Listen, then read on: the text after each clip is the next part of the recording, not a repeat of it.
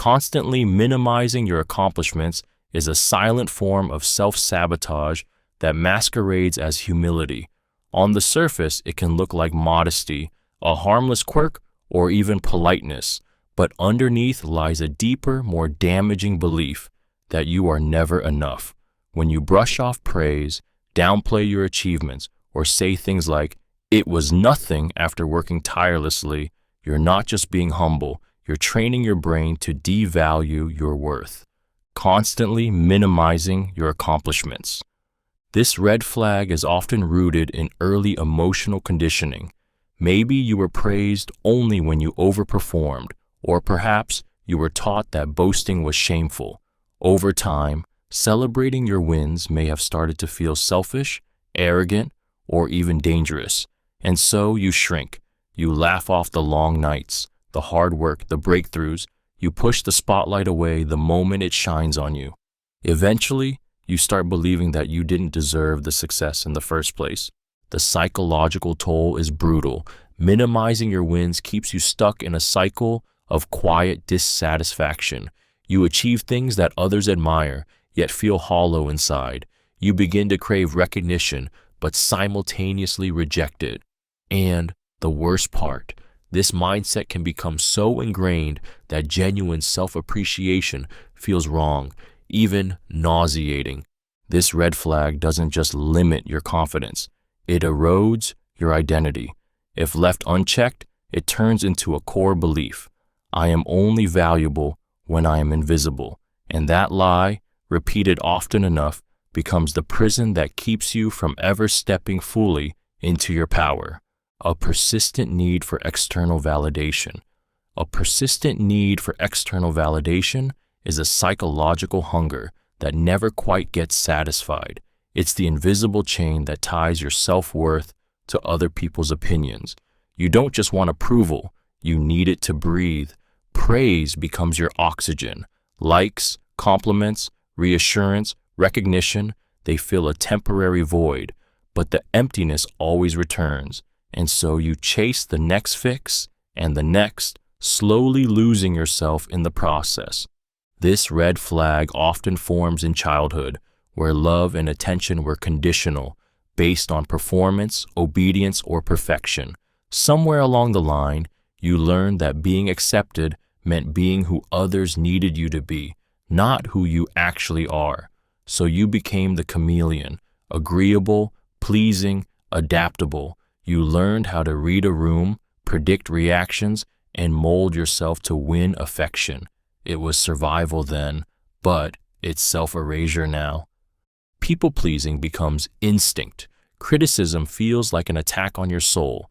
Silence from others feels like rejection. You find yourself needing constant reassurance just to feel okay for a moment. The validation might come from a boss, a partner, a parent, or strangers online.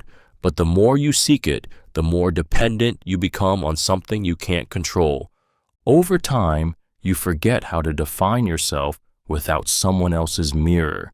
You lose touch with your internal compass. You fear being disliked more than being unhappy. And perhaps worst of all, you start choosing paths not because they're meaningful, but because they'll be applauded. The danger here isn't just that you'll never feel enough, it's that you'll spend your entire life trying to earn permission to exist. Over-apologizing, even when not at fault. Over-apologizing, even when you're not at fault, is not just a habit. It's a trauma response wearing the mask of politeness. When "I'm sorry" becomes your default phrase, even in moments where no apology is needed, you're not being considerate. You're trying to make yourself smaller, softer, easier to accept. You're subconsciously begging for safety in a world that once punished you for simply existing too loudly. This red flag often grows from environments where mistakes were met with shame, where peace came only when you took the blame, or where being agreeable was your only shield against emotional fallout. So you learn to anticipate conflict before it began. You apologize to avoid tension. You said sorry for being in someone's way, for speaking up, for having feelings. And now, even in adulthood, those automatic apologies flood from your mouth before your brain can intervene. Each unnecessary apology chips away at your sense of dignity. It trains your mind to believe that your presence is a burden, that your opinions are inconveniences, that your very being requires constant permission. You begin to apologize for boundaries, for success, even for taking up space in a crowded room. The impact goes deeper than low self-esteem. It teaches others how to treat you. You send the message that you are to blame, even when you're not, that you are the problem, that you're comfortable carrying guilt that doesn't belong to you.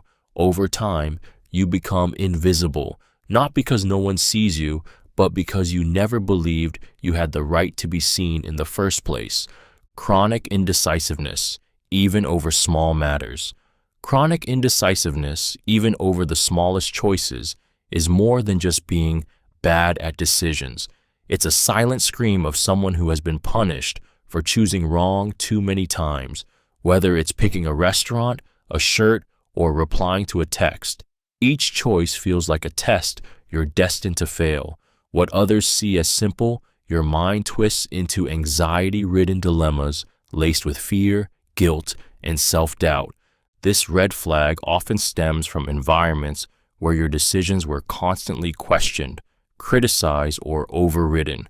Maybe you were raised by a controlling parent who made choices for you. Maybe mistakes weren't treated as learning moments, but as evidence that you were careless, selfish, or stupid. Over time, you stopped trusting your gut. You learned that your instincts were unreliable and that any wrong move would come at a cost of love, of safety, of approval. Now, even trivial decisions paralyze you. You second-guess yourself endlessly. You ask for others' opinions not just to weigh options, but to offload the terrifying responsibility of being wrong. You delay, overthink, and revisit choices already made, haunted by the possibility of regret. You tell yourself it's about being careful, but deep down, it's about not wanting to be blamed. Indecisiveness isn't about a lack of options. It's about a lack of permission. When you've spent your life believing that your choices don't matter or will be used against you, making even the smallest one feels like walking a tightrope without a net. And so you stand still, not because you don't care, but because somewhere along the way you were taught that choosing meant risking everything. Feeling emotionally drained after every interaction with someone. Feeling emotionally drained after every interaction with someone is not just exhaustion. It's your nervous system sounding the alarm. It's a deep internal fatigue that doesn't come from conversation, but from constant emotional labor. When being around a person regularly leaves you depleted, anxious, or strangely hollow, it's often because you're not engaging. You're surviving. This red flag reveals itself quietly. It starts with subtle dread before a call, a forced smile during small talk, or relief when the encounter ends. You tell yourself you're being dramatic, that it's normal to feel a little tired, but deep down, your body knows the truth. This person demands too much of your energy and gives back nothing that fills you. Often, emotional drainers are people who constantly complain, shift conversations back to themselves, belittle you in disguised jokes, or expect you to manage their emotions. You become their emotional sponge, absorbing their frustration, their pain, their chaos, while quietly bearing your own. Over time, you begin to associate their presence with stress, guilt, or tension, even if they appear friendly on the surface. Sometimes, the draining comes not from what they do, but from what you do to maintain peace. You filter your words, tiptoe around topics, inflate their ego, or anticipate their reactions before they speak. You stop being yourself and start performing a version of you that keeps things smooth. This kind of exhaustion isn't fixed by rest, it's fixed by distance. And until you acknowledge this red flag, you'll keep mistaking emotional survival for connection and burnout for friendship. Fear of success as much as fear of failure. Fearing success as much as failure is a deeply misunderstood psychological red flag, one that hides behind procrastination, perfectionism, and self-sabotage. Most people recognize fear of failure. It's obvious. But what happens when the idea of succeeding feels just as terrifying? When the thought of things going right fills you with just as much dread as the thought of everything falling apart? This fear often takes root when success has been tied to pain, pressure, or punishment. Maybe achievement in your past brought unrealistic expectations. Maybe you were praised only when you performed and ignored when you didn't. Maybe success made others jealous, resentful, or distant. Over time, your brain starts to link progress with isolation, pressure, or the terrifying possibility that you'll never be allowed to rest. So you hesitate, you downplay your potential, you delay launching the project, finishing the book, asking for the promotion, not because you're lazy, but because on some level, you're scared of what success might cost you. More attention, more responsibility, less freedom, higher expectations, deeper exposure. You tell yourself you're not ready, that it's not the right time, that maybe later, when deep down, you fear what it would mean to finally be seen. This fear keeps you small. You self-sabotage right before breakthroughs. You convince yourself that you're not the kind of person who wins. Because if you succeed, who will you become? Who might you lose? What if you can't sustain it? So you live in the safety of almost there. Not because you can't succeed, but because somewhere you learn that shining comes with a price you're too scared to pay. Believing you're a burden for expressing emotions.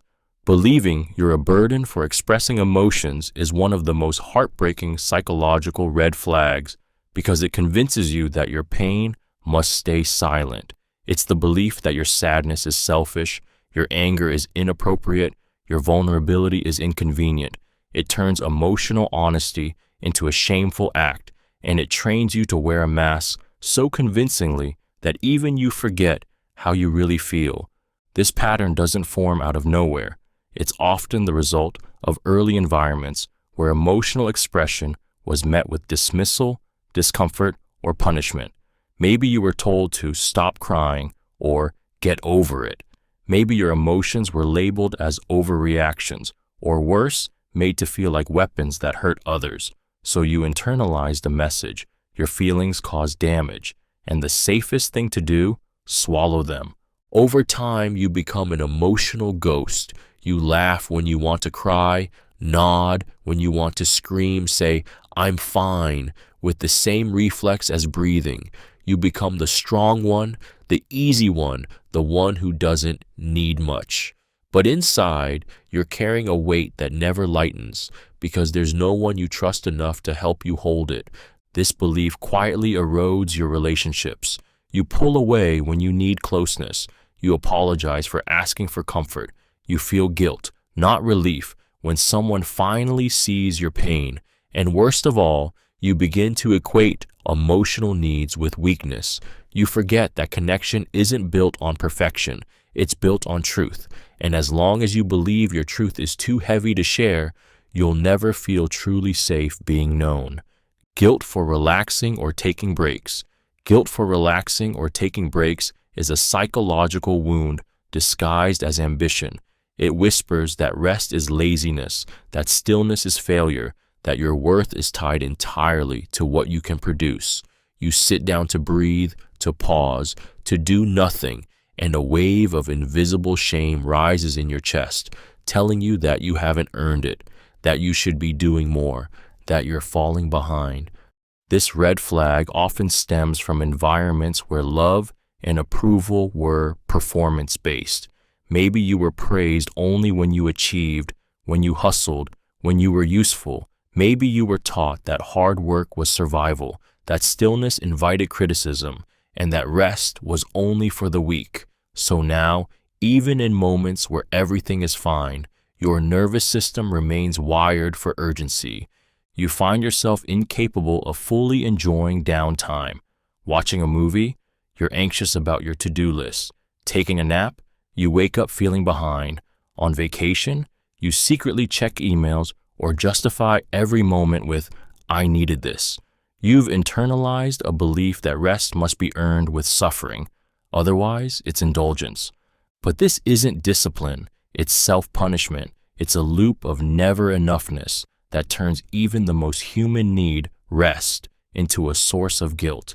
And it doesn't just exhaust your body. It breaks your spirit. It convinces you that your only value lies in output, and that pausing makes you less worthy, less ambitious, less lovable, until one day you crash, not because you're weak, but because no one, no matter how strong, can live without breath. Thinking others are always mad at you without evidence. Thinking others are always mad at you without evidence is a form of emotional hypervigilance born from fear, not logic. It's the voice that whispers after a short text, a delayed reply, a slight change in tone. What did I do wrong? It convinces you that tension is always your fault, even when none exists. You walk on mental eggshells, analyzing every word, every silence, every emoji, searching for the offense you must have committed. This red flag often comes from a past filled with unpredictability, where love was unstable, approval was conditional, or conflict meant danger.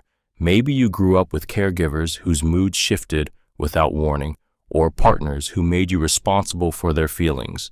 Over time, your brain learned to scan constantly for signs of disapproval, to brace for emotional impact before it even arrives. Now, a friend being quiet feels like rejection. A coworker's shortness means they must hate you.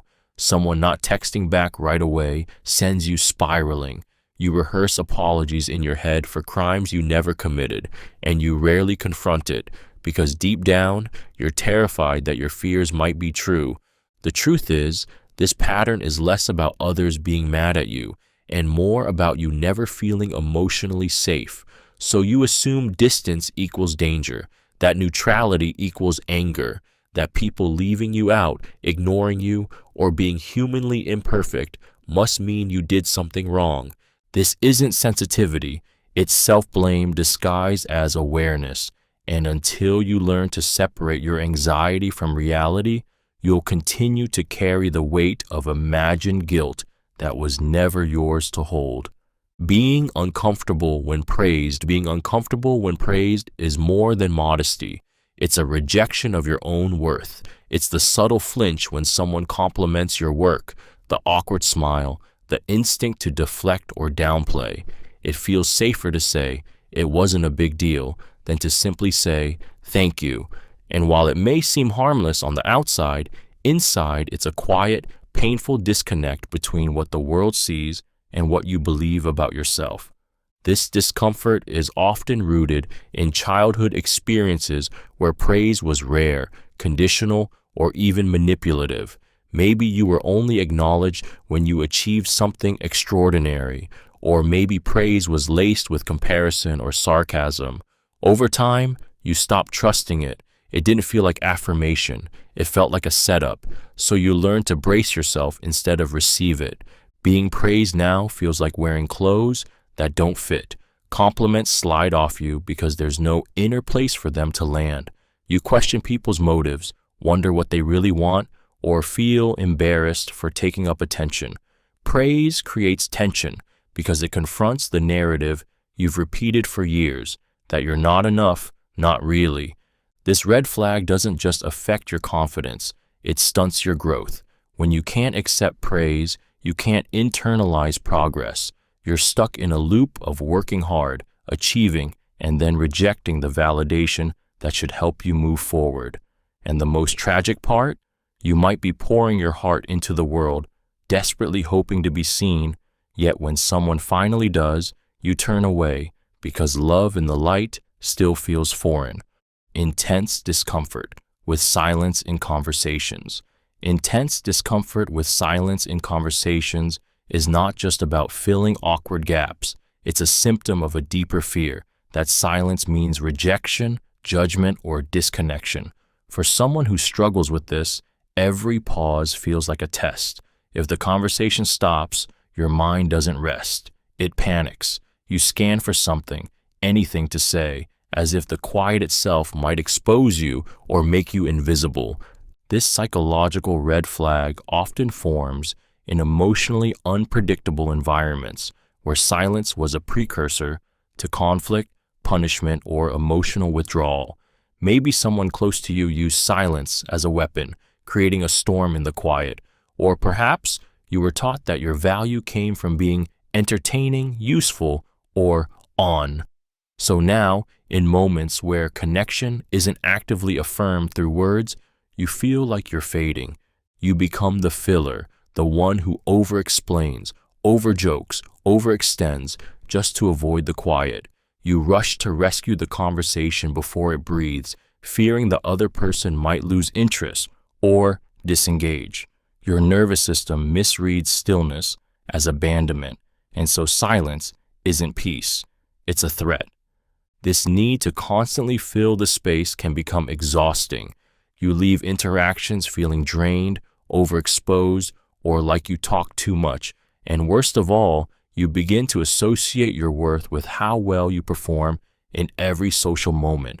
But conversation isn't a performance, it's a dance. And silence isn't rejection, it's rhythm. Yet when your history has taught you that being quiet means being forgotten, you learn to speak not to connect, but to survive. Sabotaging things when they're going well. Sabotaging things when they're going well is one of the most quietly destructive red flags, and one of the hardest to admit. It's making a sarcastic comment in a tender moment. It's ghosting someone you care about. It's delaying that project just when it starts to gain momentum. It's picking a fight when everything feels calm. You tell yourself it's instinct, a gut feeling, boredom. But deep down, it's fear dressed up as logic. This red flag is usually born from trauma, neglect, or betrayal, specifically the kind that teaches you that good things never last. Maybe your childhood was a cycle of instability, where joy was always followed by pain. Maybe your happiest moments were always interrupted, taken, or used against you. So now, when something feels safe, peaceful, or promising, your nervous system goes into alert. You don't trust it. You wait for the other shoe to drop. So you drop it yourself. There's comfort in chaos when chaos is all you've known. And ironically, destruction feels safer than vulnerability. If you ruin it, at least you're in control. At least you won't be caught off guard. At least the heartbreak is familiar, predictable, yours. This sabotage can show up in relationships, careers, health goals, creative pursuits, anywhere you start to thrive. And the tragedy is that you often do care deeply. You just don't believe you're worthy of having something good and keeping it. So you pull the rug out before life can.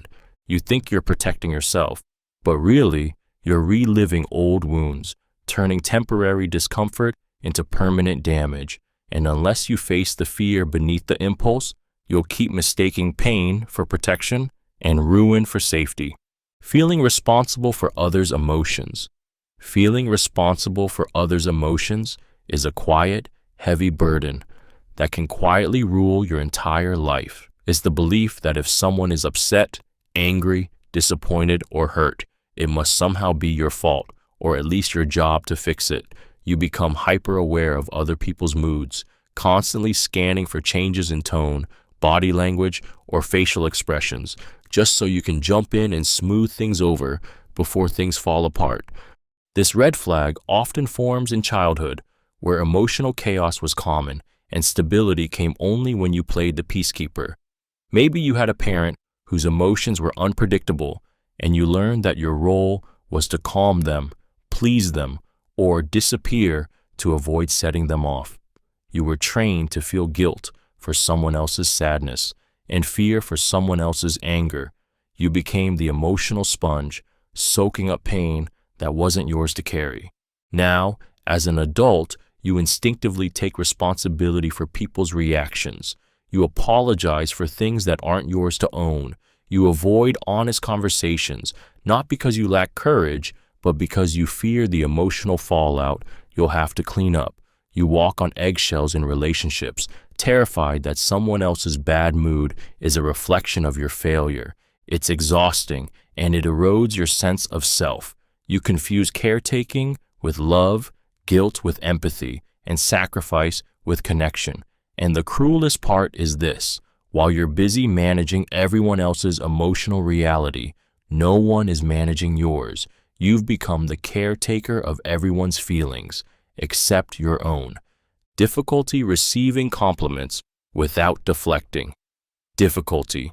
Receiving compliments without deflecting is not shyness. It's a window into your relationship with self-worth.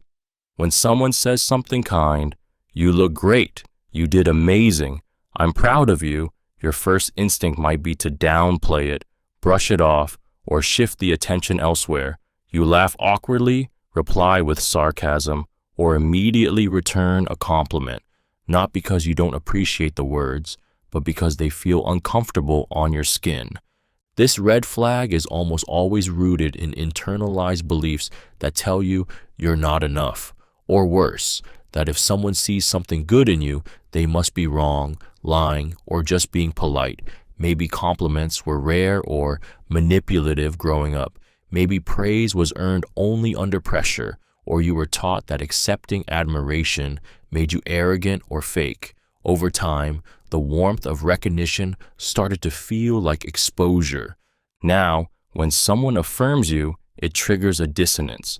Their words don't match the voice in your head, the voice that says you're average, flawed, not doing enough. So you reject the compliment, you redirect it, devalue it, or make a joke out of it, not because you want to, but because something in you doesn't believe you deserve to feel seen in that way.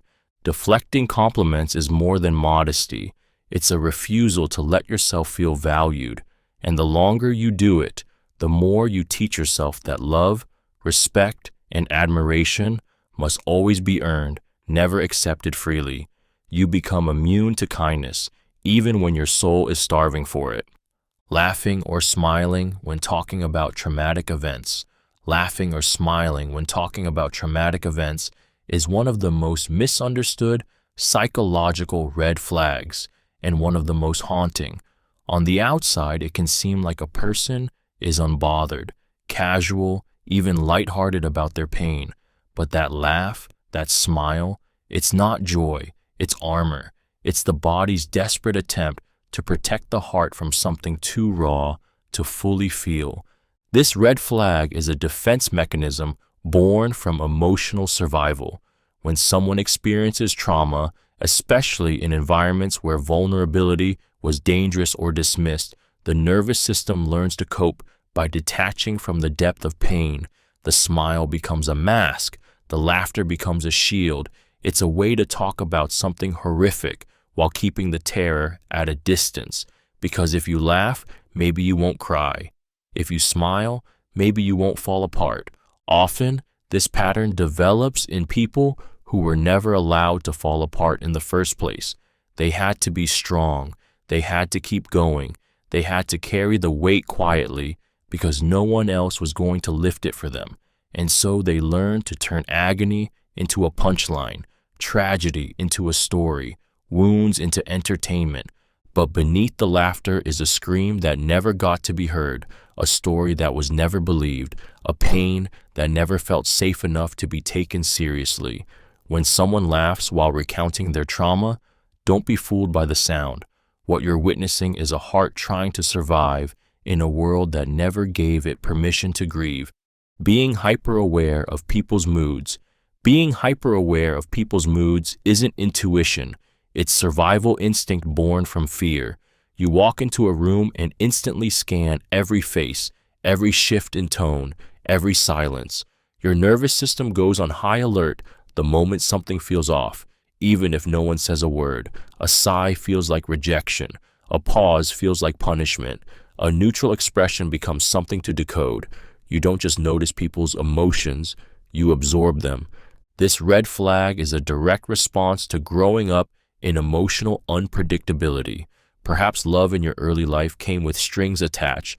Maybe anger was explosive, moods shifted without warning, or affection was given and withdrawn like a game.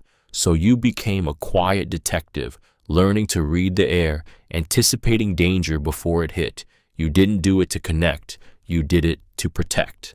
Now, you struggle to separate your emotions from the energy of those around you. If someone seems upset, you immediately wonder what you did wrong. If someone is cold, you shrink. If someone is distant, you chase closeness. Not because you need their company, but because your body needs relief. You've become addicted to managing other people's feelings just to feel safe in your own skin.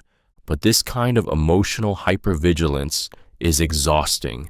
It trains you to abandon your own needs in service of others' stability. It makes peace feel foreign and chaos feel familiar.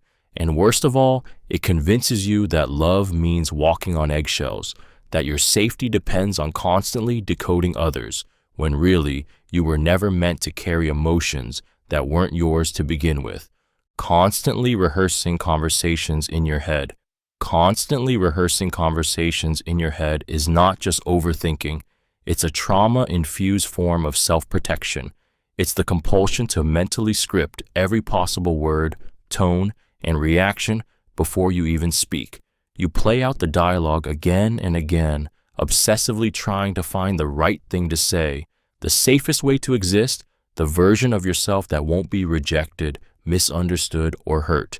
This red flag is often born from environments where your voice wasn't welcomed, or worse, where it was used against you. Maybe you were gaslit, mocked, or punished for speaking your truth. Maybe your emotions were invalidated so often that you began to second-guess every sentence before it even left your mouth. So now your mind works overtime to protect you from future pain by rehearsing the past and scripting the future. You go over past conversations like a detective, analyzing every word for signs you messed up. You write imaginary dialogues for future interactions, trying to control outcomes that haven't even happened. You rehearse saying no but freeze in real time. You plan to stand up for yourself but soften the words when the moment comes, because deep down, you're not rehearsing for clarity, you're rehearsing for safety. This mental loop is exhausting. It steals your peace, your spontaneity, your ability to just be. You become a performer in your own life, crafting dialogue for scenes that don't yet exist. And while you may sound articulate on the outside, inside you're screaming for the freedom to speak without fear, to say what you mean and believe it's okay to be heard, exactly as you are. Extreme discomfort with ambiguity or uncertainty. Extreme discomfort with ambiguity or uncertainty is a psychological red flag that often hides in plain sight. It looks like hyperplanning, obsessive research, second-guessing every decision, or needing answers now. But beneath it all is a deep, unrelenting fear that the unknown is not just uncomfortable, it's dangerous. For someone living with this red flag, I don't know feels like a threat, not a fact. This intolerance for uncertainty is usually rooted in a life where unpredictability meant instability or pain. Maybe you grew up in chaos, where the rules changed without warning, where safety depended on anticipating emotional landmines, or where no one told you what was coming next. Over time, not knowing became unbearable. Your nervous system wired itself for control, not curiosity. So now, even small unknowns spark panic. You don't just want clarity, you need it to feel secure. You obsess over how things will turn out, try to predict people's behavior, and imagine worst-case scenarios just to feel prepared. You ask for constant reassurance, not because you're weak, but because ambiguity feels like walking a tightrope in the dark. Waiting becomes torture. Silence feels hostile. Vague texts, delayed responses, unclear intentions. They don't just irritate you, they unravel you. But this constant quest for certainty is a prison.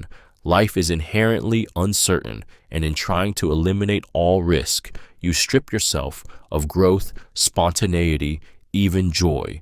You become rigid in a world that is fluid. And the irony is, your attempts to feel safe often make you feel more trapped, because when the unknown feels like the enemy, you are never truly free. Getting attached too quickly in relationships. Getting attached too quickly in relationships isn't just a sign of eagerness. It's often the desperate rush of a heart that's starving for connection. It's the fast fall into infatuation, the whirlwind bonding, the way you start imagining a future with someone you barely know. On the outside, it can look romantic or impulsive, but inside, it's a trauma-fueled craving for safety, belonging, and emotional oxygen. This red flag is frequently rooted in attachment wounds, where love in your early life was inconsistent, conditional, or withheld altogether. You may have learned that affection had to be earned, chased, or clung to before it disappeared. So now, when someone shows interest, you don't just feel joy, you feel relief. You latch on, not because you fully trust them, but because being wanted feels like a rare, fleeting miracle.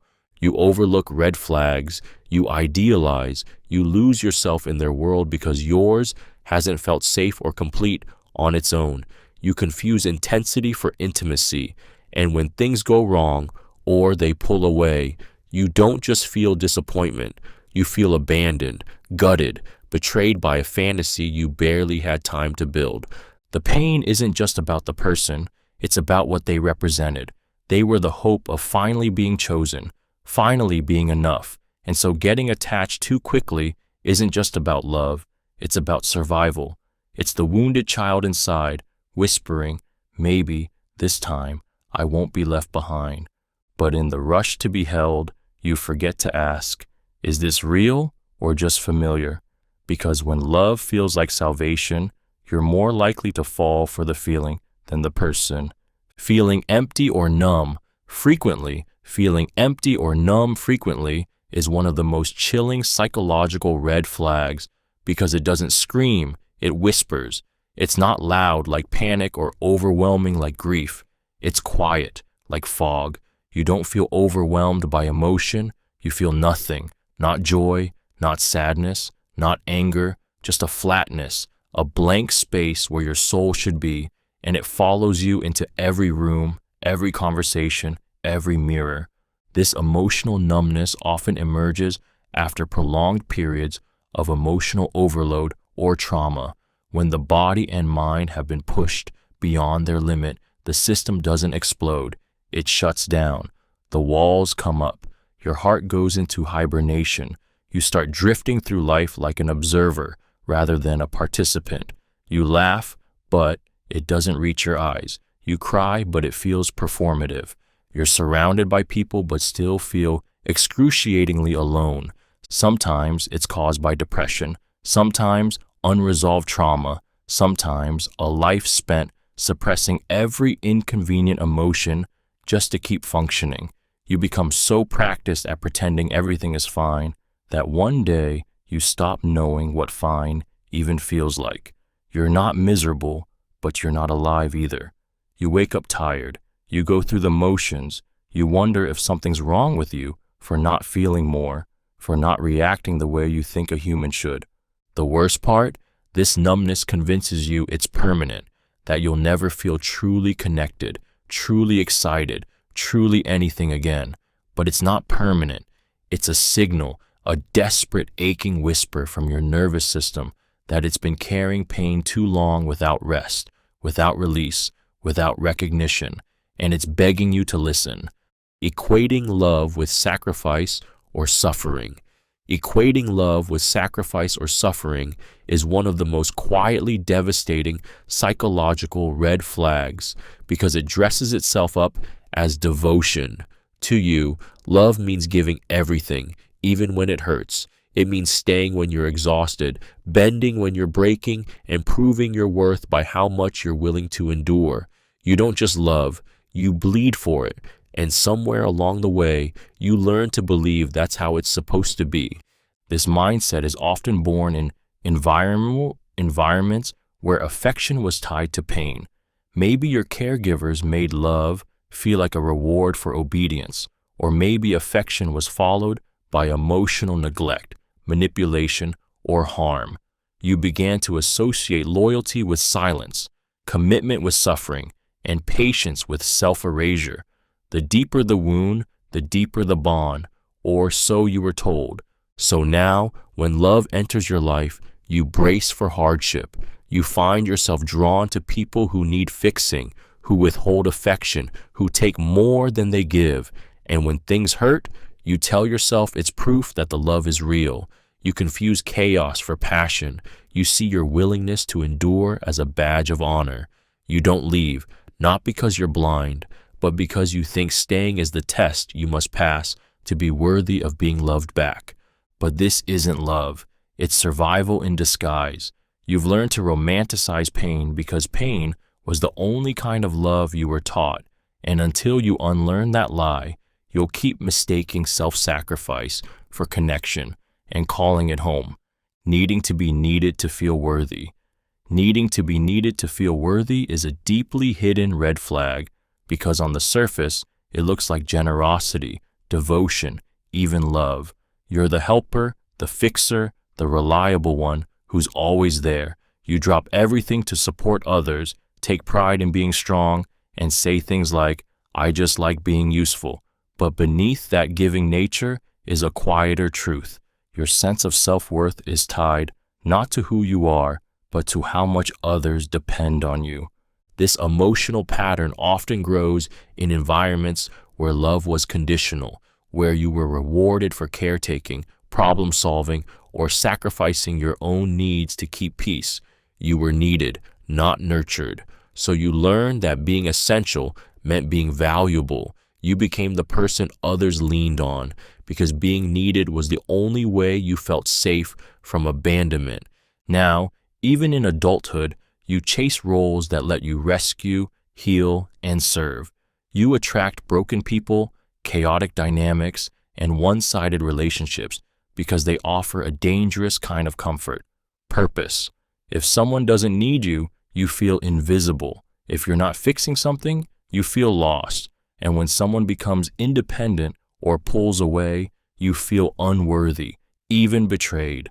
This need is a quiet form of self-erasure.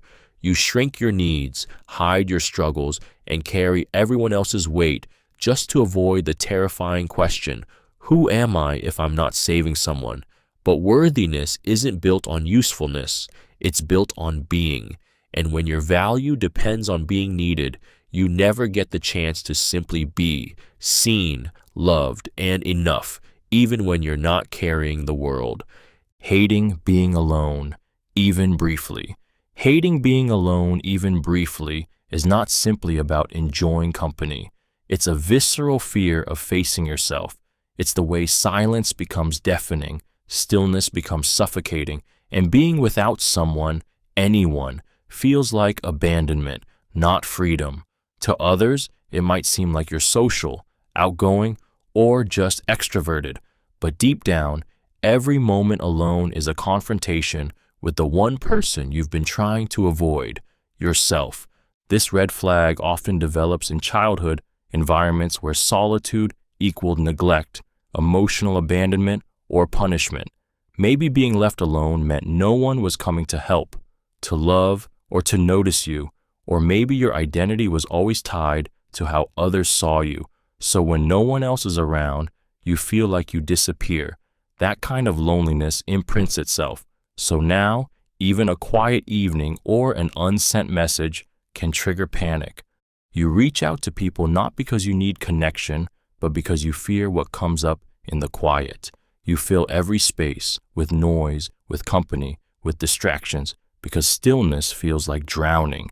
You may jump from one relationship to the next, keep your calendar packed, or constantly text just to feel real. And the moment you're alone, anxiety creeps in, whispering that something's wrong, that something's missing. But what's missing isn't another person, it's your own presence. Because when you hate being alone, it's not solitude you fear. It's the weight of unprocessed feelings, unmet needs, and unloved parts of yourself. The silence is loud because it's honest, and until you feel safe in your own company, you'll mistake constant connection for worth and loneliness for danger.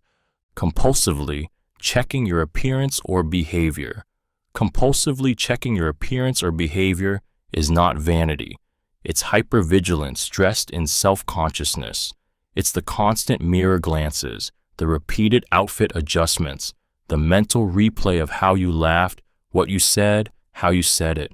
It's an exhausting cycle of monitoring and correcting yourself to avoid one core fear: being judged, rejected, or not enough in someone else's eyes. This red flag is often rooted in experiences where your value was measured by how pleasing, attractive, or appropriate you appeared to others. Maybe you were scrutinized for your looks, criticized for your tone, or praised only when you performed just right. Over time, you learned that to be safe, you had to be perfect. You had to be polished. You had to be on, always. Now you live with a constant internal spotlight. Walking past a reflective surface is no longer neutral. It's a moment of self-surveillance. You watch yourself in social settings like you're outside your own body, analyzing everything in real time. Was that weird? Did I say too much? Did they notice that flaw? You don't feel present. You feel inspected, even when no one is looking. It's not about confidence. It's about survival. Your nervous system is wired to detect rejection before it happens. But this relentless self-monitoring drains you, disconnects you from the people around you, and reinforces the painful lie that being loved means being flawless. What it steals from you is subtle but devastating: spontaneity, authenticity, and the freedom to exist without self-correction. And eventually, you forget what it feels like to simply live, unwatched, unfiltered, and unafraid.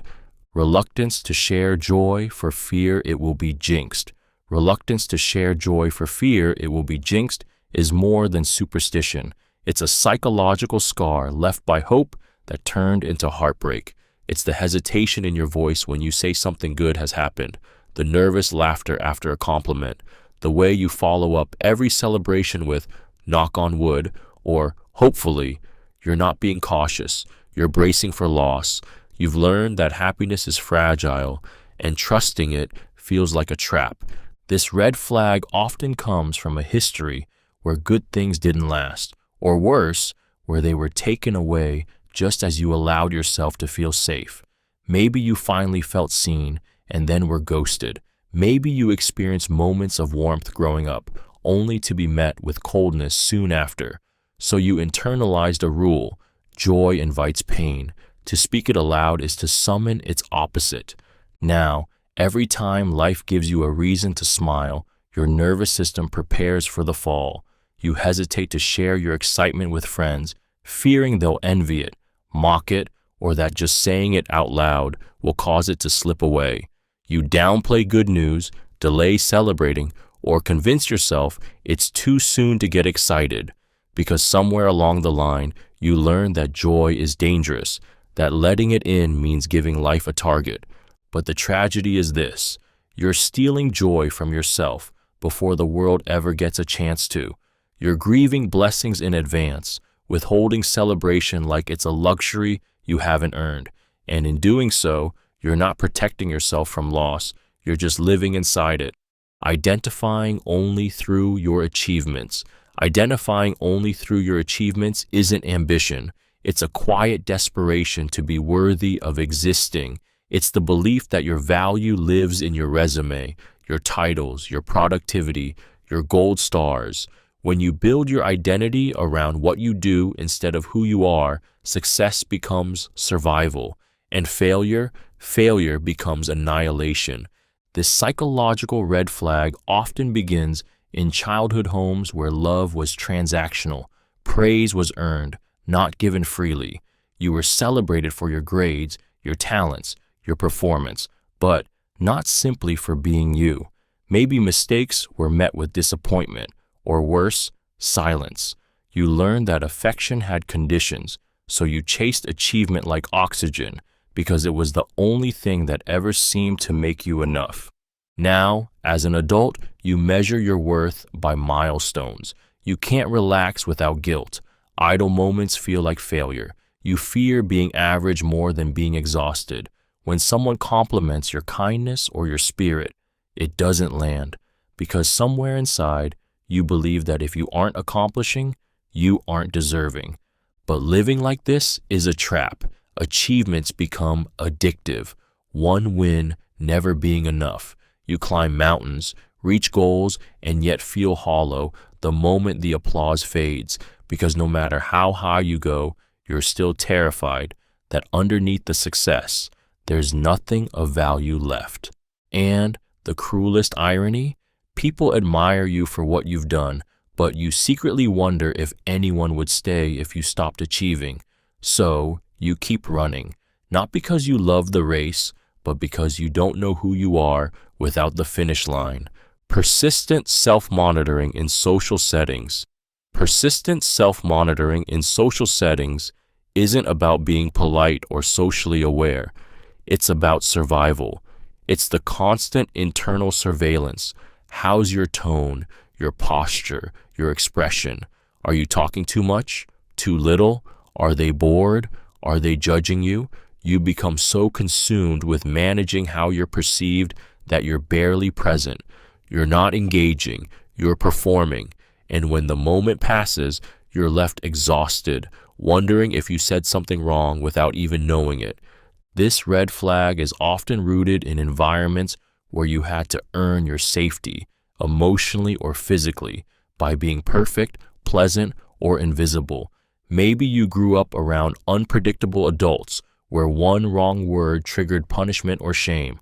Or maybe you were judged constantly, your worth tied to your ability to adapt, impress, or disappear.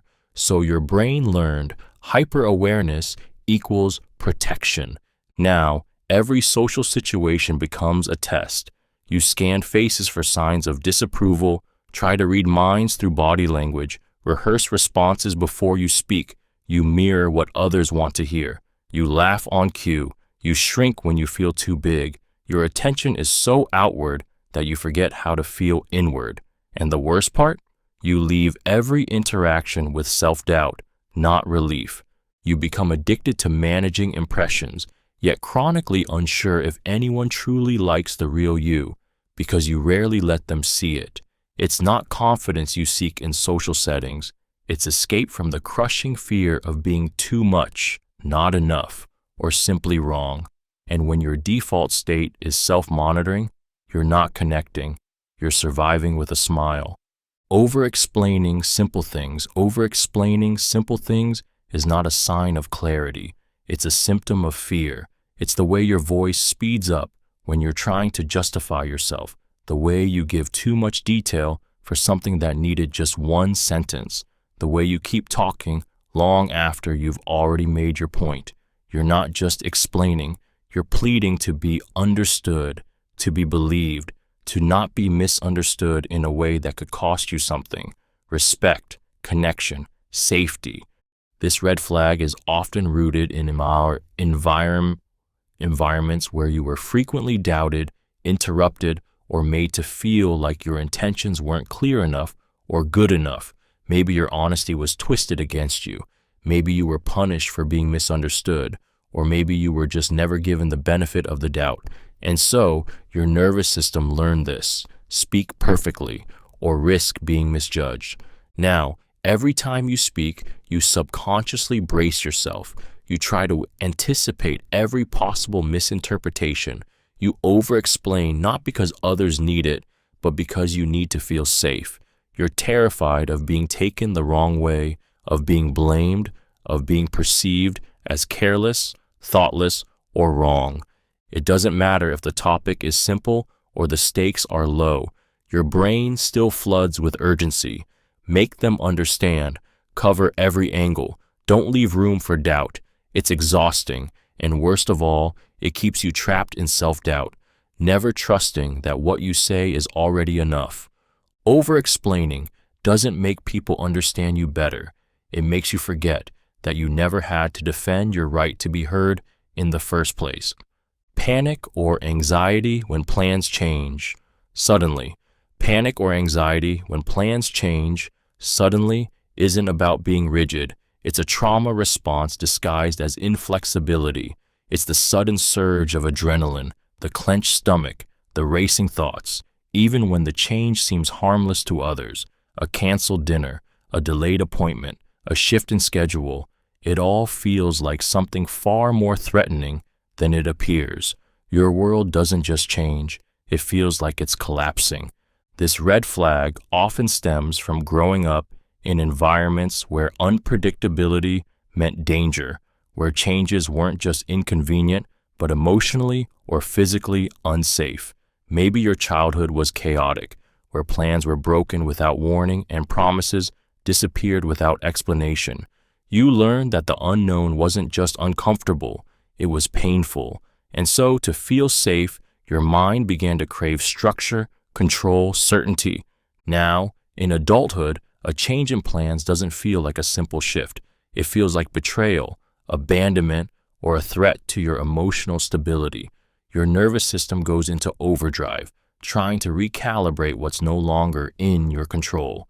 You might feel embarrassed by how shaken you are, but it's not about the plan. It's about what the plan represented. Security, predictability, something you could count on. The anxiety hits hard because it taps into a deeper fear that if things aren't predictable, then you're not safe. That if something shifts on the outside, everything will fall apart on the inside. It's not about being dramatic, it's about being wired for danger in a world that keeps changing. And every unexpected change feels like a doorway back into chaos you've tried so hard to escape. Holding on to toxic people to avoid loneliness. Holding on to toxic people to avoid loneliness isn't weakness, it's a wound. It's the heart's quiet belief that some connection, even if it hurts, is better than none at all. You know they drain you. You feel the anxiety when their name pops up, the emptiness after the call ends, the slow erosion of your self-esteem every time you excuse their cruelty as just how they are. And yet, you stay, not because you don't see the damage, but because you fear the silence their absence would leave behind. This red flag often grows from a childhood where emotional neglect, abandonment, or conditional love was normalized. You may have learned early on that love came with pain, that you had to earn affection, or that loneliness wasn't just uncomfortable, it was unbearable. So now, when someone mistreats you, part of you stays loyal to the suffering, because at least the suffering is familiar. At least it means you're not alone. You become addicted to crumbs. You convince yourself that the occasional good moment makes up for the constant hurt. You rationalize their behavior, blame yourself, or tell yourself that maybe if you change, they'll treat you better. And the terrifying thought of walking away isn't really about losing them. It's about facing the terrifying question, what if no one better ever comes? But this isn't love. It's emotional survival wrapped in self-abandonment. You are not staying because you're weak. You're staying because somewhere deep down, you've been taught that love and loneliness are a trade-off, and you've been sacrificing yourself to avoid the silence ever since. Having intrusive thoughts you're too ashamed to admit. Having intrusive thoughts you're too ashamed to admit isn't a sign that something is wrong with you. It's a sign that your mind is stuck in a loop of fear and shame that it doesn't know how to escape. These thoughts appear out of nowhere, sudden, vivid images, impulses, or fears that feel completely out of character. They're often violent, sexual, disturbing, or taboo. You don't want them, you didn't ask for them, and yet they come. And when they do, you feel dirty, broken, even dangerous. This red flag is misunderstood by nearly everyone, including the person experiencing it. Intrusive thoughts are incredibly common, especially among people with anxiety, OCD, PTSD, or high sensitivity to guilt. But because society doesn't talk about them, you assume you're the only one, so you lock them away in silence, terrified of what it might mean about you. What kind of person thinks these things? You wonder, what if I act on them? But here's the truth. Intrusive thoughts don't reflect your desires. They reflect your fears. The more you resist or judge them, the more powerful they feel. They feed on your silence, your secrecy, your shame. You become trapped in a mental war, trying to prove to yourself that you're good, safe, normal, while secretly fearing you're not. And the pain isn't just the thoughts themselves, it's the loneliness, the belief that no one could possibly understand. But this red flag doesn't mean you're dangerous. It means you're hurting. It means your mind is trying to protect you from danger that doesn't exist by sounding alarms that won't stop ringing. Sudden mood crashes without clear triggers. Sudden mood crashes without clear triggers aren't random. They're echoes, moments where, without warning, the emotional floor drops out from under you. You're fine 1 minute, and the next, you're heavy, irritable, anxious, or numb. You scan your surroundings, your thoughts, your recent conversations, trying to find the cause, but nothing seems to explain it. And that's what makes it so terrifying. Because how do you fight a darkness that arrives uninvited and nameless? This red flag often points to unresolved emotional trauma, not the kind that always shouts, but the kind that whispers from the body, old fear, grief, or shame that was never fully felt, never safely processed, and now resurfaces without conscious warning. When emotions are buried instead of healed, they don't vanish. They wait. They live in the nervous system, in your muscles, in the silent language your body still speaks, and sometimes they flood you when you least expect it. These mood crashes aren't just sadness or stress. They're physiological flashbacks. Your body remembers something your mind may have forgotten or never fully understood. A tone of voice, a scent, a silence, even nothing at all can act as a trigger, and suddenly you're pulled into emotional quicksand with no visible cause and no clear exit. People around you may not notice, or they may label you as moody or sensitive, but inside, you feel hijacked by something bigger than you, something that doesn't ask permission. And without understanding this pattern, you begin to question your own sanity, blaming yourself for what your body is simply trying to say. There's still something here that needs to be heard. Feeling like you are faking it all the time, impostor syndrome. Feeling like you're faking it all the time, despite your achievements, despite the praise, despite the evidence, is one of the most silently tormenting psychological red flags. It's the constant fear that you've somehow fooled everyone, that you're not as competent, talented, or intelligent as they think. You wait for the day when someone will pull back the curtain, expose you, and say the words you've whispered to yourself for years. You don't belong here. Imposter syndrome doesn't emerge because you're unqualified. It thrives despite your success. It's often born from environments where praise was withheld, where perfection was expected, or where your accomplishments were met with envy, not encouragement. Maybe your early wins were met with "don't get cocky," or your hard work was treated like the bare minimum. So now, no matter how much you achieve, it never feels like enough. Because deep down, you never feel like enough. You discredit your successes, attribute them to luck, timing, or someone's mistake. Compliments make you uncomfortable. Opportunities feel like traps. You overprepare, overwork, and overthink, not to impress, but to cover the fear that you're seconds away from being exposed. You may be admired on the outside, but inside, you feel like a child wearing a costume, terrified someone will notice it doesn't fit. What makes this red flag so brutal is that it isolates you at the top. You accomplish what others dream of and still feel like a fraud. The applause gets louder, but the shame does too, because when you believe you're faking it, you can't fully experience success. You can only survive it. Seeing compromise as weakness. Seeing compromise as weakness is a psychological defense dressed as strength. It's the belief that yielding, adjusting, or meeting someone halfway means losing power, control, or respect. To you, giving an inch feels like surrendering a mile. You dig in your heels during disagreements, cling tightly to being right, and feel threatened by anything that challenges your position. You may call it confidence or conviction, but often it's fear. This red flag usually takes root in environments where vulnerability was exploited or where your needs were constantly dismissed. Maybe you were raised to believe that only the loudest voices get heard, that giving in means getting hurt, or that losing is shameful.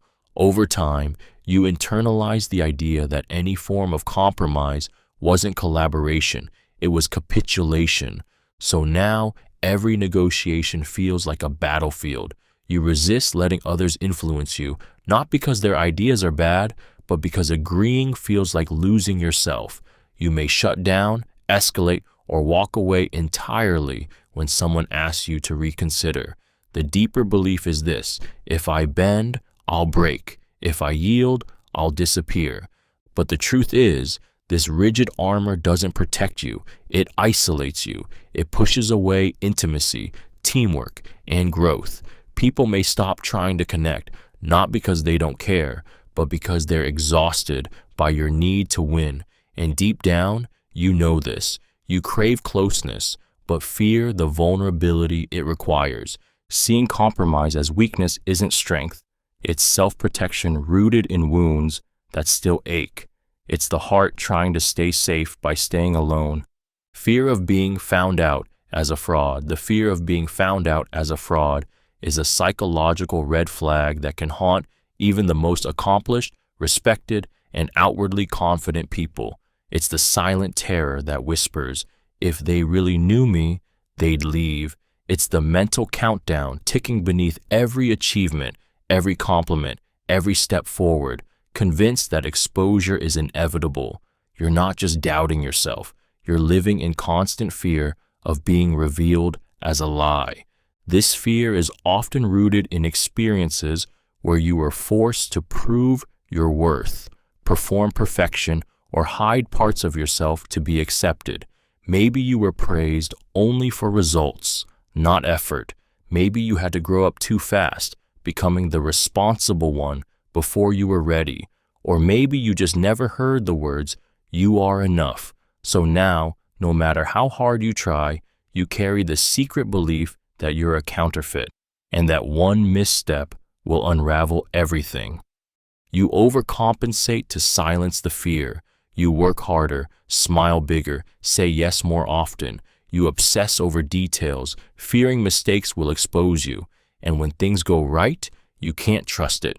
You look for what you missed, where you fell short, who's quietly disappointed. Praise feels dangerous because it raises the bar of what you must now live up to. The fear of being found out doesn't mean you're dishonest.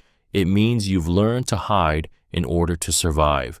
But the tragedy is, no matter how much you accomplish, you never feel at home in your own success. Because when you believe your worth is borrowed, every good thing becomes something you're terrified to lose. Deep resentment, masked by politeness. Deep resentment masked by politeness is emotional warfare disguised as grace. You smile, you nod, you say no worries, but inside, you're boiling. You agree to things you don't want to do. You laugh off slights that sting.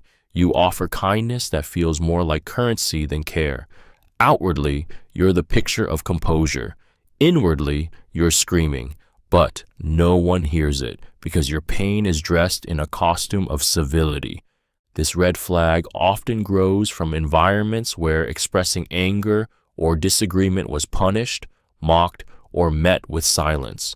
You learned early that showing upset only made things worse, so you buried it. You became the peacemaker, the easy one, the emotional translator for everyone else's chaos. And over time, you trained yourself to be agreeable on the outside, even when your soul was quietly withering. Now, resentment builds like steam behind a locked door. Every time you say yes when you mean no, every time you swallow a boundary to avoid being difficult, the pressure mounts. And still, you smile. You're praised for being so nice, so chill, so understanding. No one sees that your kindness is laced with exhaustion, that your patience has a cost. But resentment doesn't stay silent forever.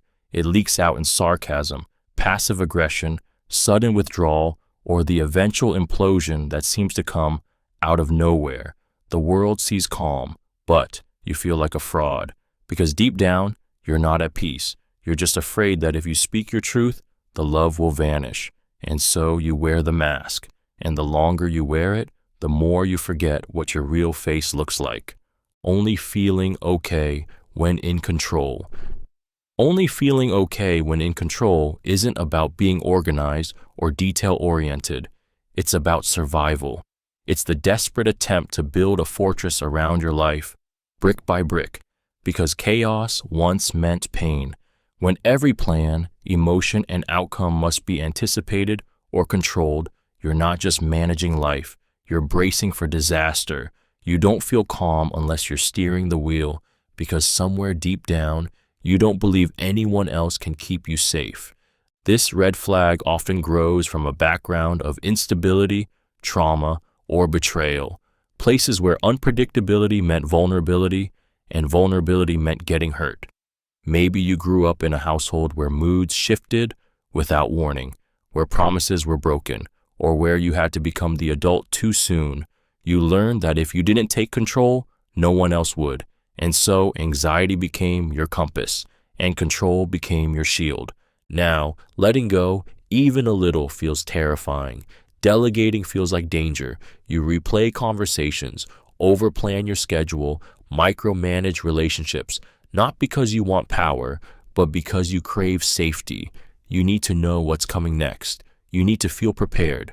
And when life doesn't follow your script, your body responds with panic, frustration, or shutdown.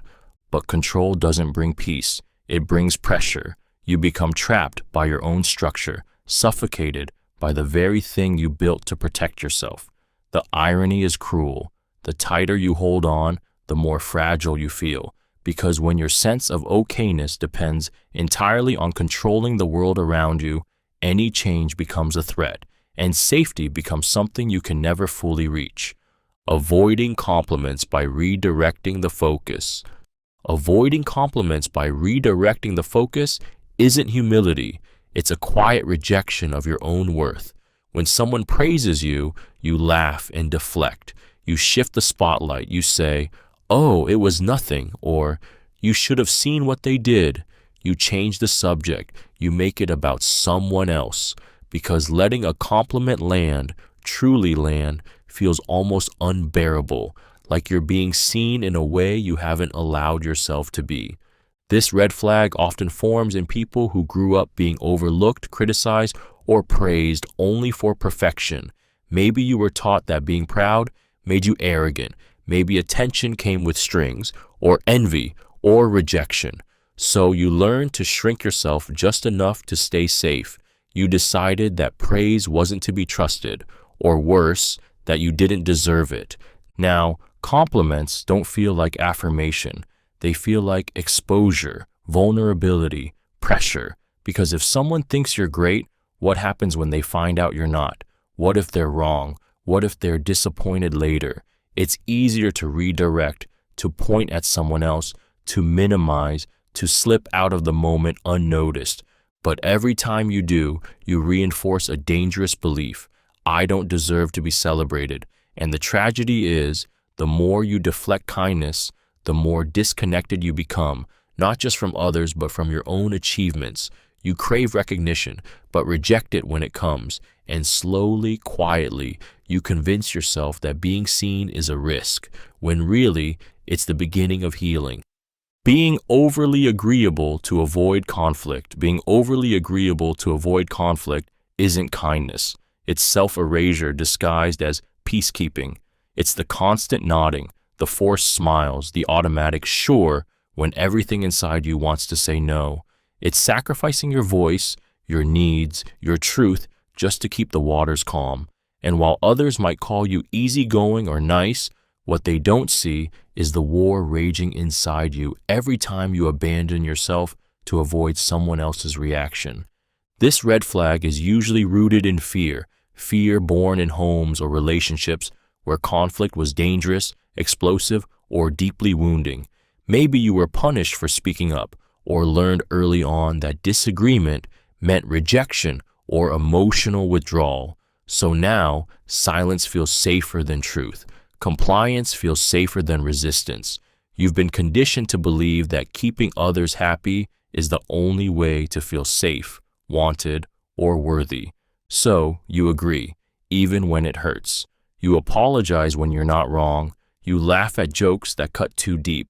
You bottle up resentment until it leaks out in passive ways or turns inward as self-blame. And the cruelest part, no one sees your suffering because you've made it your job to make them comfortable. But this isn't peace, it's suppression. You're not avoiding conflict, you're swallowing it whole. And every time you choose agreement over authenticity, you send yourself the message, my comfort doesn't matter, my truth isn't safe, my needs can wait. But over time, the weight of that silence builds, and eventually it breaks, not the conflict, but you. Believing suffering is noble or necessary. Believing suffering is noble or necessary is a psychological wound masquerading as virtue. It's the quiet conviction that pain gives you value, that struggle makes you worthy, that to rest, receive, or simply enjoy life without hardship is somehow selfish or weak. You wear your exhaustion like a badge of honor. You equate being overextended with being good. You romanticize sacrifice and distrust ease, as if joy must be earned through suffering first. This red flag is deeply rooted in emotional conditioning, often shaped by environments where love and praise came only when you endured. Maybe your caregivers admired hardship and dismissed comfort. Maybe you were only ever seen when you were in pain. Over time, you began to believe that the more you suffer, the more you matter. So now you turn everything into a battle. You stay in toxic jobs because quitting feels like failure. You overwork, overgive, overcommit, believing that burnout is just a sign you're doing life right. You feel guilty when things go well, as if peace is undeserved. When others offer help, you resist. When life offers softness, you brace for it to be taken away. This mindset doesn't just exhaust you, it erodes your ability to receive love that doesn't hurt. You begin to confuse martyrdom with meaning. You bond through shared suffering, but feel disconnected from simple joy. And without realizing it, you build a life where pain is the standard and healing feels like betrayal. You don't just endure struggle, you believe you should.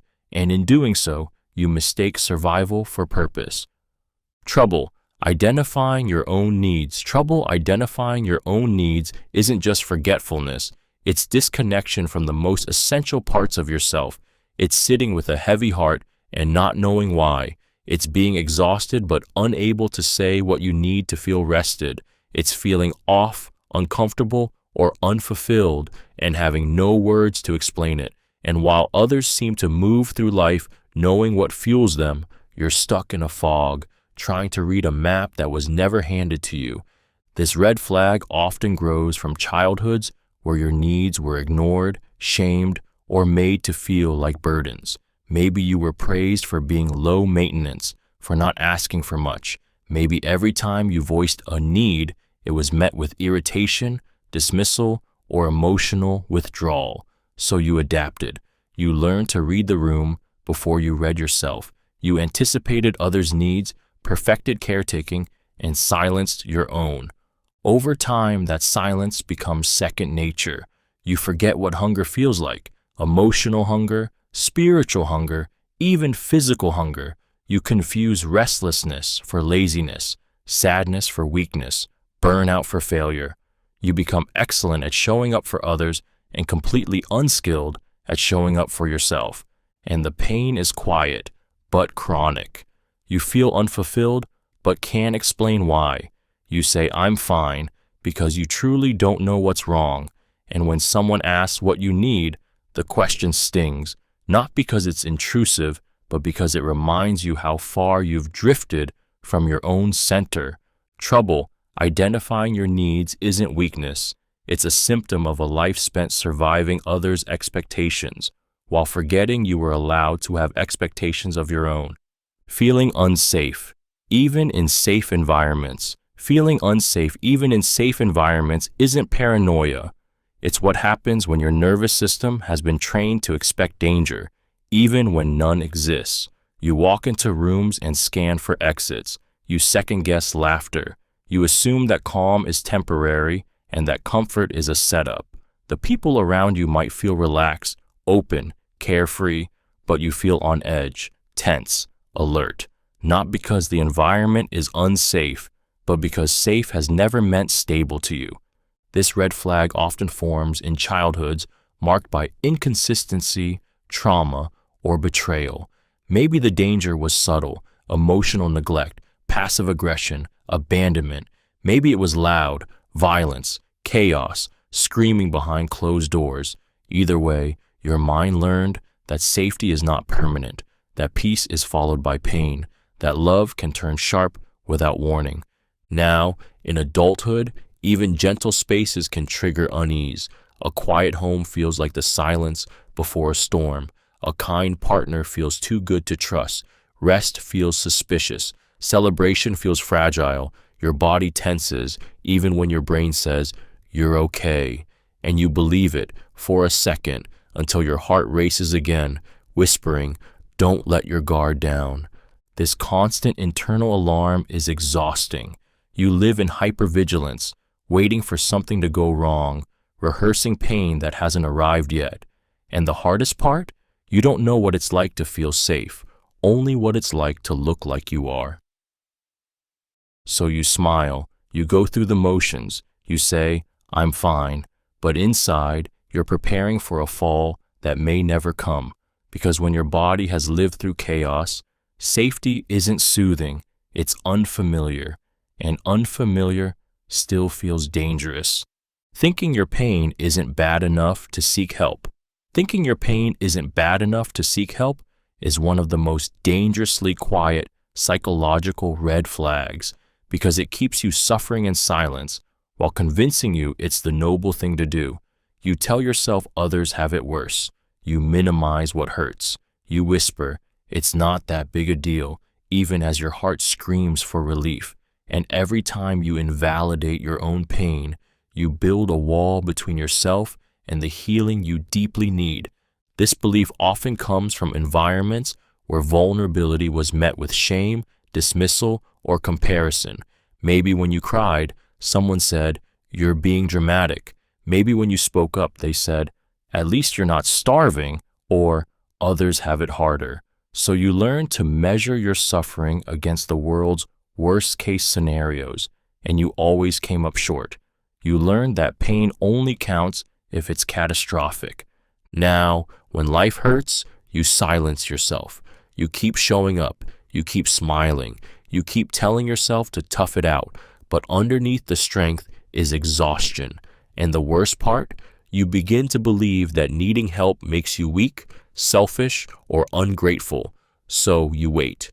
You wait until it's unbearable, until the breakdown, until the crisis, because anything less doesn't feel worthy of support.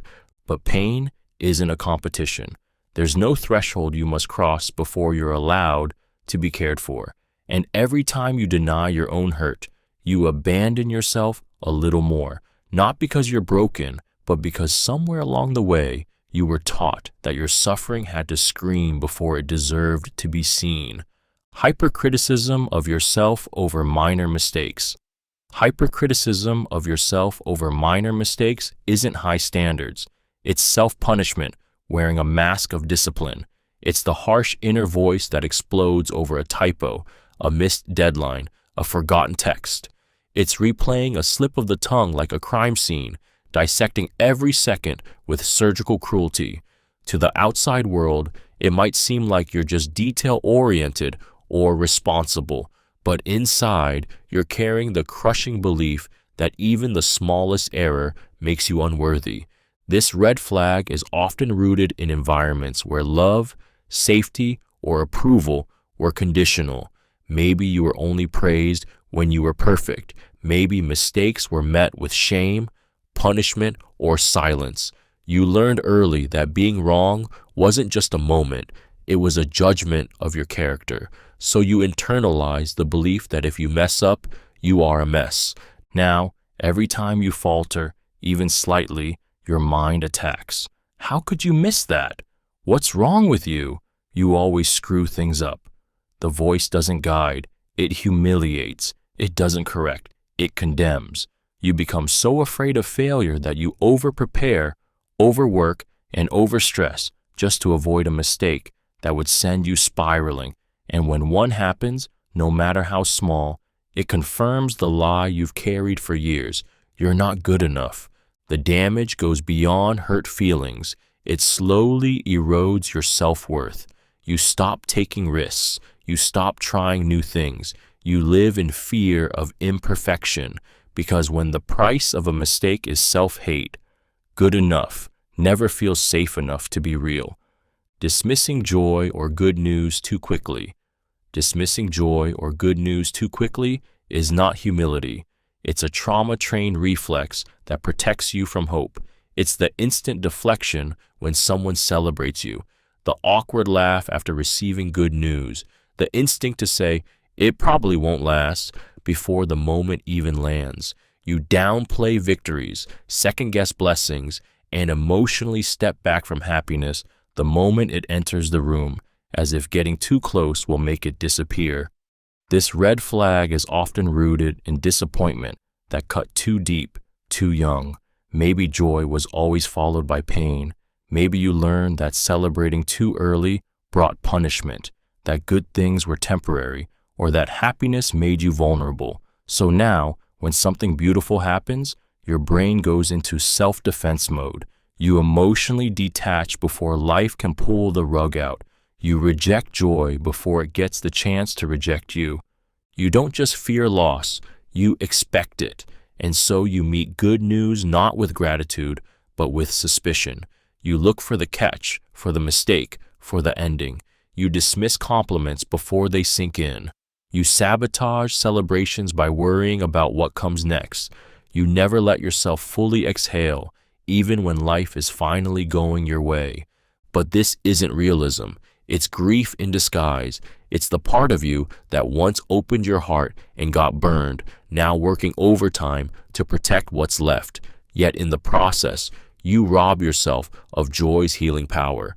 And the tragedy is, while you're guarding against disappointment, you're missing the very thing your soul has been aching for: permission to feel happiness without apology. Always expecting the worst, catastrophizing.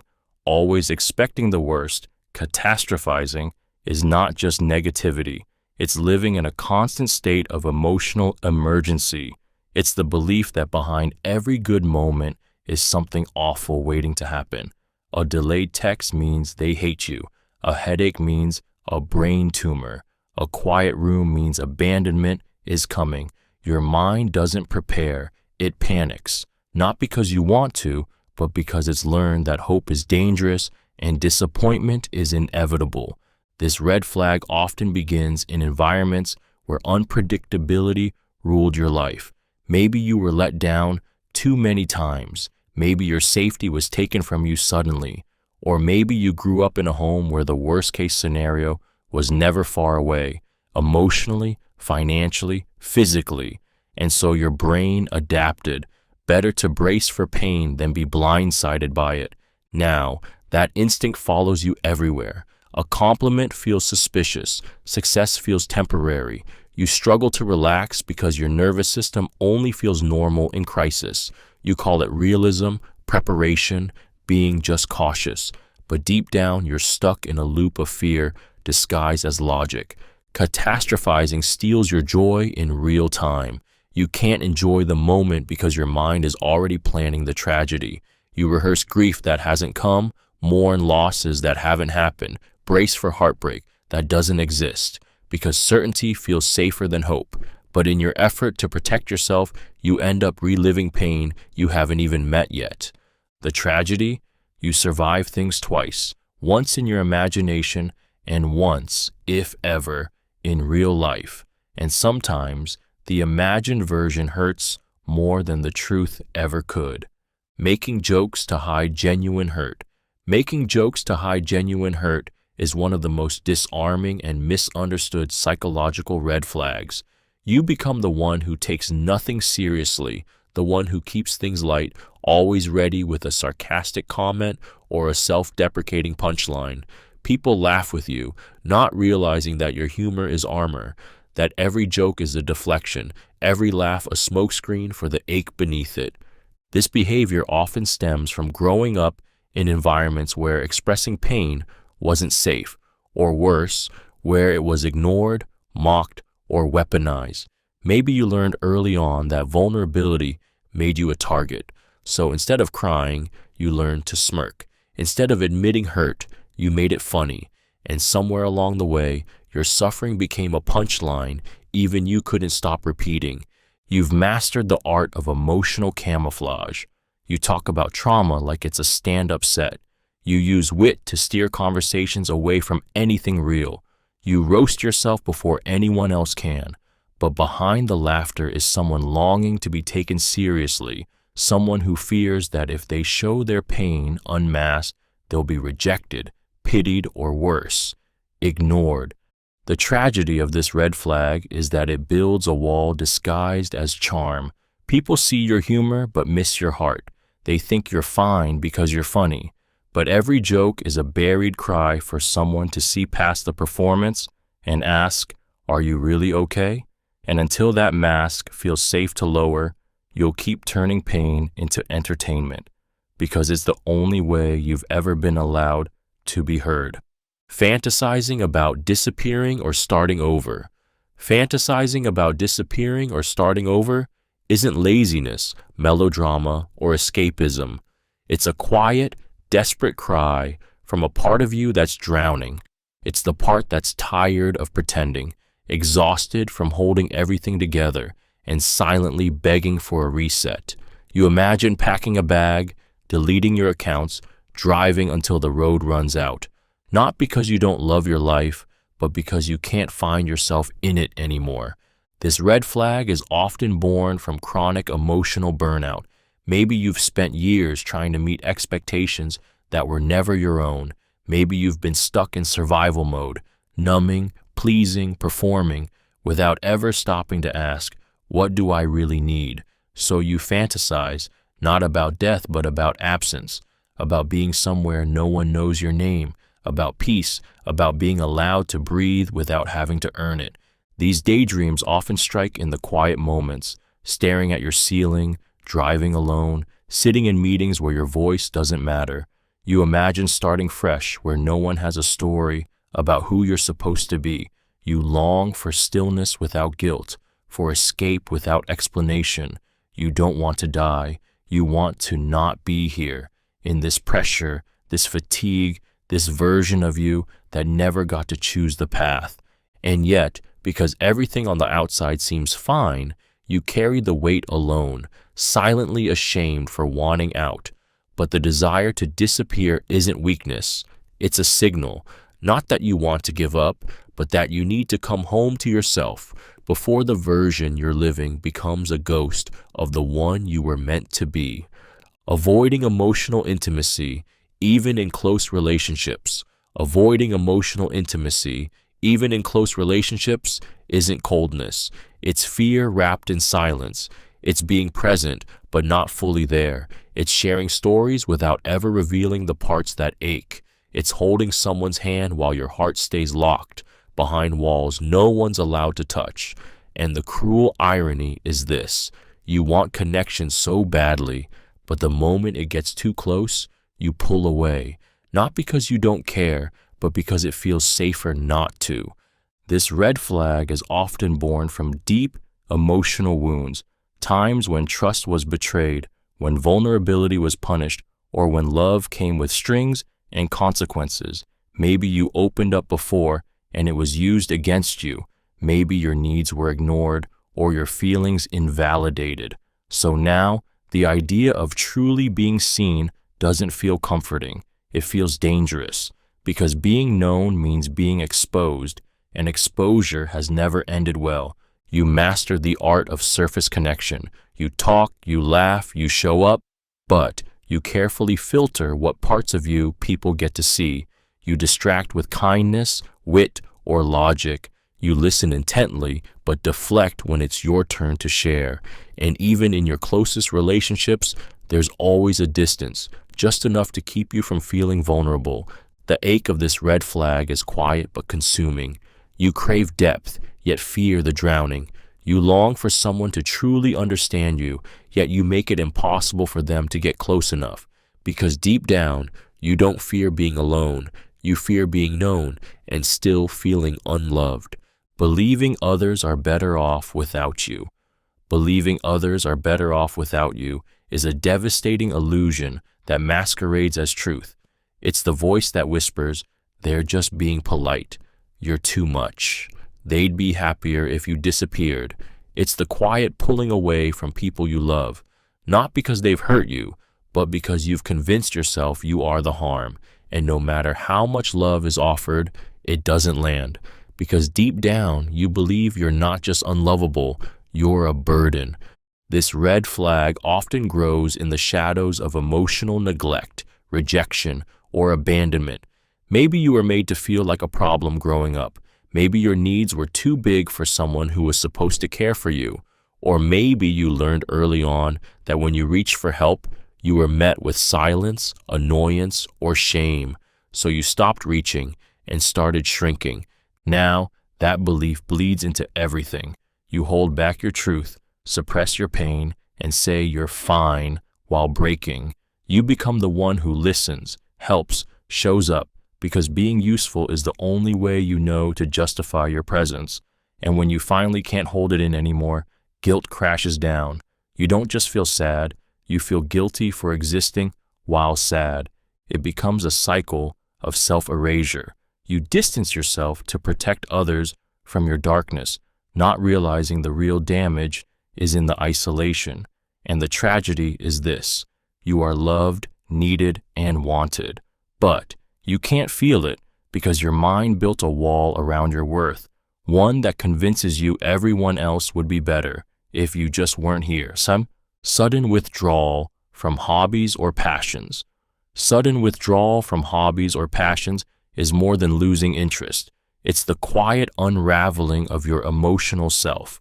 One day you're painting, writing, playing music, training, building, and the next, it all feels meaningless. You can't explain it. You just stop. You tell yourself you're tired, too busy, or just not in the mood. But deep down, it's not a scheduling issue. It's a soul-level shutdown, and it often signals something much deeper than boredom. This red flag is a silent scream your mind and body are trying to send. It's often linked to depression, burnout, unresolved trauma, or emotional overwhelm. Your creative spark doesn't just vanish. It's smothered by stress, grief, or the crushing weight of survival mode.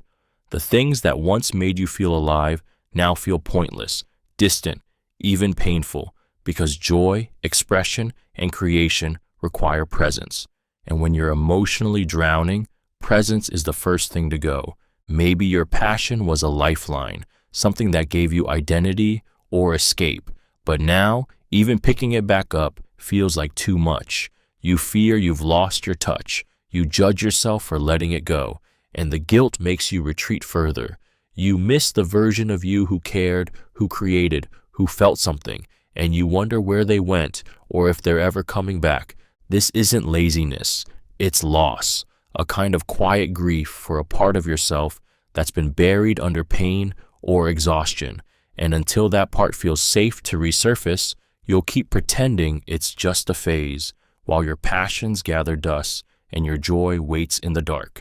Emotionally overreacting to minor inconveniences. Emotionally overreacting to minor inconveniences isn't about being dramatic. It's a signal that your emotional reserves are running on fumes. It's the meltdown over a spilled drink, the anger when your phone dies, the tears when someone's late. To the outside world, it looks like an overreaction, but what they don't see is the mountain underneath the moment, the years of swallowed stress, ignored needs, and silent pressure that make the smallest trigger feel like the final blow. This red flag is often rooted in chronic emotional suppression. Maybe you were taught to keep it together, to stay strong, to be fine no matter what. So you push down every hurt, disappointment, and unmet need, stacking them like bricks behind your ribcage. You became a master of appearing composed, calm, capable, until suddenly you're not. One inconvenience cracks the surface, and everything you've been holding in floods out. It's not the traffic, It's not the dish left in the sink. It's the 1,000 times you didn't speak up, the fatigue of holding everything alone, the years of pretending you're okay. Your nervous system becomes hypersensitive, responding to small stressors with big emotions because it no longer knows how to distinguish danger from discomfort. You're not reacting to this moment. You're reacting to all the moments that came before and were never released. The shame afterward can be worse than the outburst itself.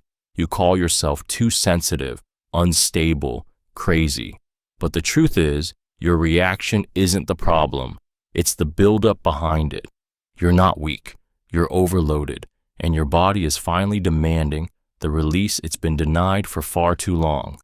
Preferring chaos over calm because calm feels unfamiliar. Preferring chaos over calm isn't recklessness. It's survival in disguise. It's the unease that creeps in when everything is finally okay. The restlessness that follows peace. The way you stir the waters when things get too still. You may not realize it, but your nervous system has been wired to find safety in unpredictability. And when life finally quiets down, it doesn't feel like relief. It feels like a setup. This red flag is common in people who grew up in high conflict or emotionally volatile environments, homes where calm didn't last, where silence came before the storm, where peace was always temporary and tension was the norm. So your body adapted. It learned to stay alert, to anticipate danger, to operate in a constant state of readiness. Chaos became familiar and therefore safe. Now, in adulthood, stillness unnerves you. When things are going well, your brain starts scanning for what could go wrong. You might create drama, sabotage relationships, overcommit, or drown yourself in distractions, not because you crave chaos, but because calm feels foreign, even threatening. The lack of noise doesn't soothe you. It makes you anxious, exposed, unsure of what to do with yourself. You begin to mistake peace for boredom, stability for stagnation, happiness for fragility. And the cruel irony is that the very life you long for, one of ease, security, softness, feels unbearable when it finally arrives. This isn't a flaw in who you are. It's a bruise on how you were taught to survive.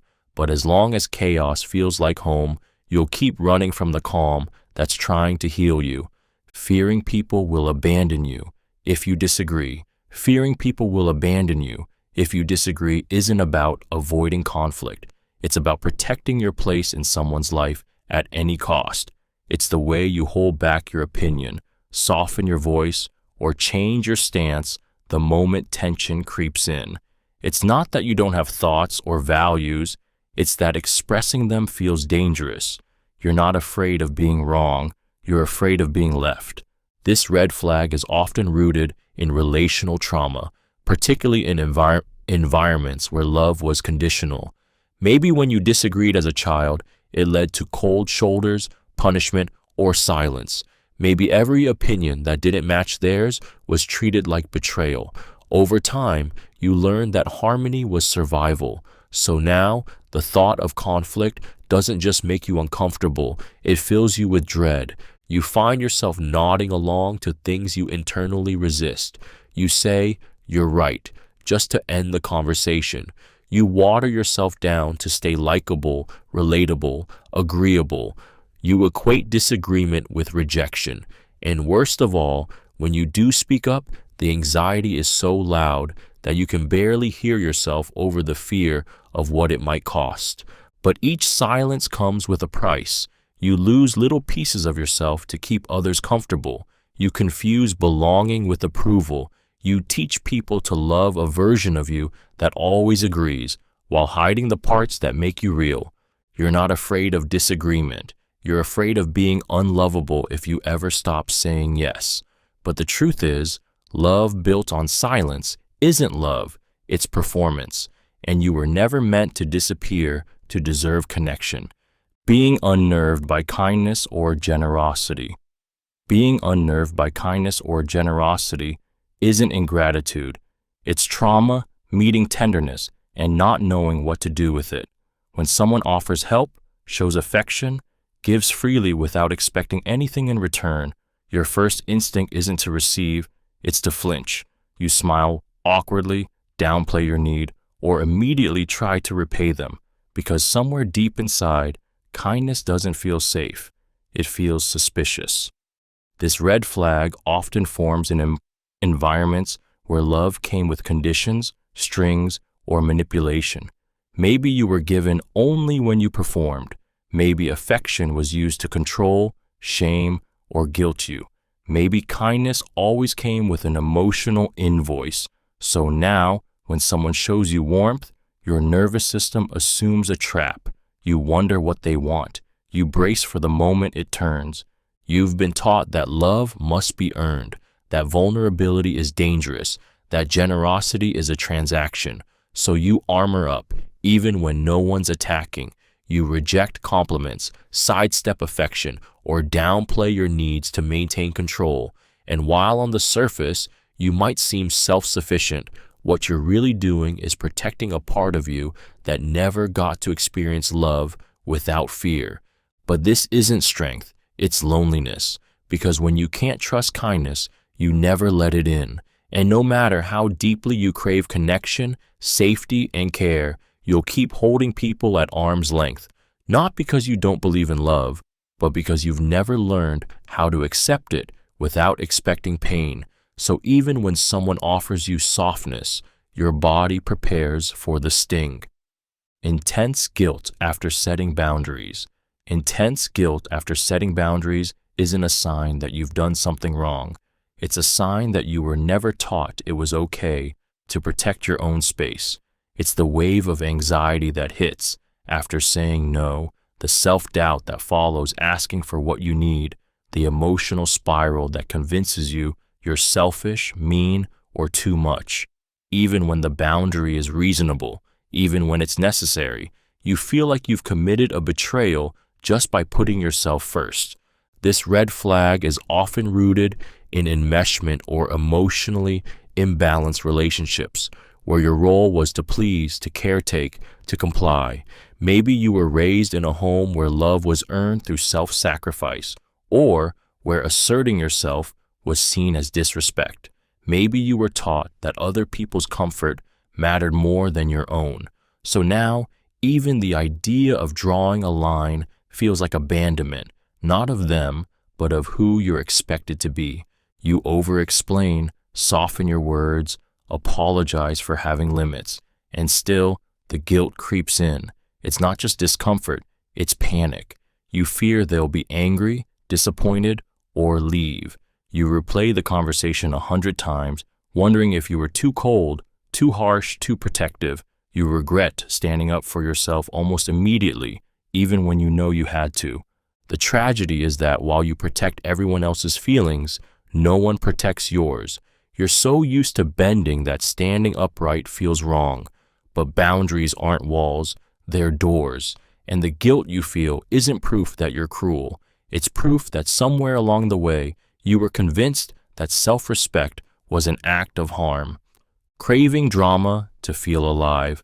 Craving drama to feel alive isn't about being toxic or attention-seeking. It's the desperate grasp for emotional intensity when your nervous system has forgotten what peace feels like. You don't start drama because you love chaos. You crave it because in the silence, you feel numb, flat, empty. Drama jolts your system. It gives you a rush, a purpose, a pulse. When life feels hollow, conflict becomes your heartbeat.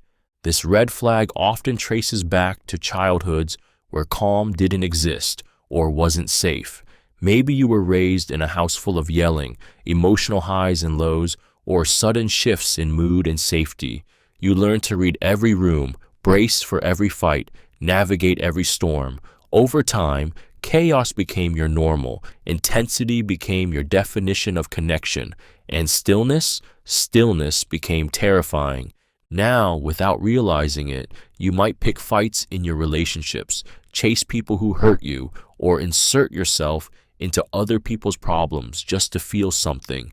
Emotional roller coasters feel like passion. Turmoil feels like truth. Stability feels suspicious. And the absence of conflict feels like abandonment or boredom. But the most painful part of this red flag is what it hides, the fear that you aren't enough unless something is happening. That stillness means being forgotten. That peace means invisibility. So you chase drama not because you love pain, but because it mirrors the emotional rhythm your body was trained to expect. But drama isn't aliveness. It's a trauma echo. And when that noise is the only thing that makes you feel real, you'll keep reaching for the fire, just to remember that you can still burn. Persistent comparison to others. Persistent comparison to others isn't motivation. It's self-destruction disguised as ambition. It's the quiet ache you feel when someone else succeeds, the invisible measuring tape you wrap around your worth every time someone walks into the room. You scroll through social media and feel smaller. You hear someone's good news and question your entire life. Their joy becomes your self-doubt. Their progress becomes your failure. And no matter how far you come, it never feels far enough because someone is always ahead. This red flag often grows in environments where love, attention, or value were given out competitively. Maybe you were compared to siblings, classmates, or strangers. Maybe your wins were never celebrated without a "but look at them." So you learn that worth isn't internal, it's a scoreboard. And you've been playing ever since, chasing the feeling of enough that seems to live in everyone else's hands. Now, you don't just compare careers or appearances. You compare confidence, friendships, timing, even how loudly someone laughs. You look at others not to connect, but to measure, and it's never in your favor. The more you compare, the more invisible you feel. The more you achieve, the more behind you feel. You call it inspiration, but inside, it's erosion. And the cruelest part? No one else can win that game either, because it's rigged to never let you arrive. You're not chasing excellence, you're chasing approval you were never given. But your worth isn't a race, and the finish line you're running toward, it moves every time you get close, because comparison doesn't end with beating others, it ends with losing yourself. Self-blame for others' bad behavior. Self-blame for others' bad behavior isn't accountability. It's a survival instinct rooted in shame. It's the voice inside that whispers, maybe I provoked them, maybe I should have known better, maybe I'm the reason they hurt me. You rationalize cruelty, excuse disrespect, and carry guilt that was never yours to hold. Because if their behavior is your fault, then maybe you still have some control, and control, no matter how painful, feels safer than helplessness. This red flag is often born from environments where you were made responsible for other people's emotions or actions. Maybe you had a volatile parent whose anger you tried to manage by being good. Maybe someone told you that their cruelty was a reaction to your flaws, so you learned to look inward when things went wrong. You learned to see yourself as the trigger, never the victim.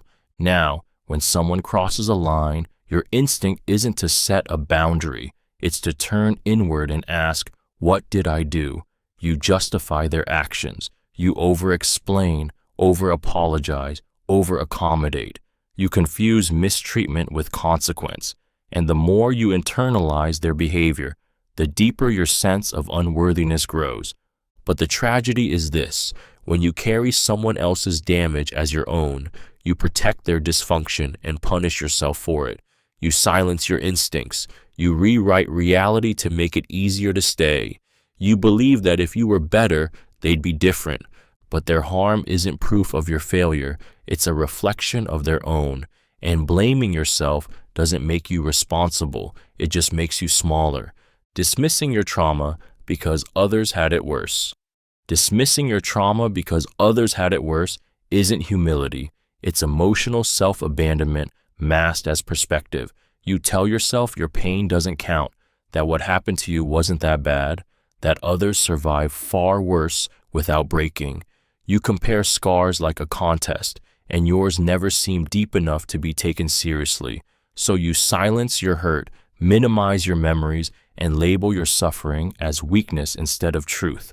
This red flag is often rooted in an environment where your pain was invalidated or dismissed. Maybe you were told to toughen up, to stop being dramatic, or to think of the starving children before daring to cry. Maybe you were praised for being the strong one, the one who didn't complain, who never asked for more. So you learned to gauge the legitimacy of your pain against a mythical standard of worst-case suffering, and every time you fell short. Now, even as your body carries the symptoms, anxiety, shutdowns, depression, panic, you convince yourself you're fine. You talk about what hurts you with a casual shrug. You listen to others share their pain and think, they deserve help.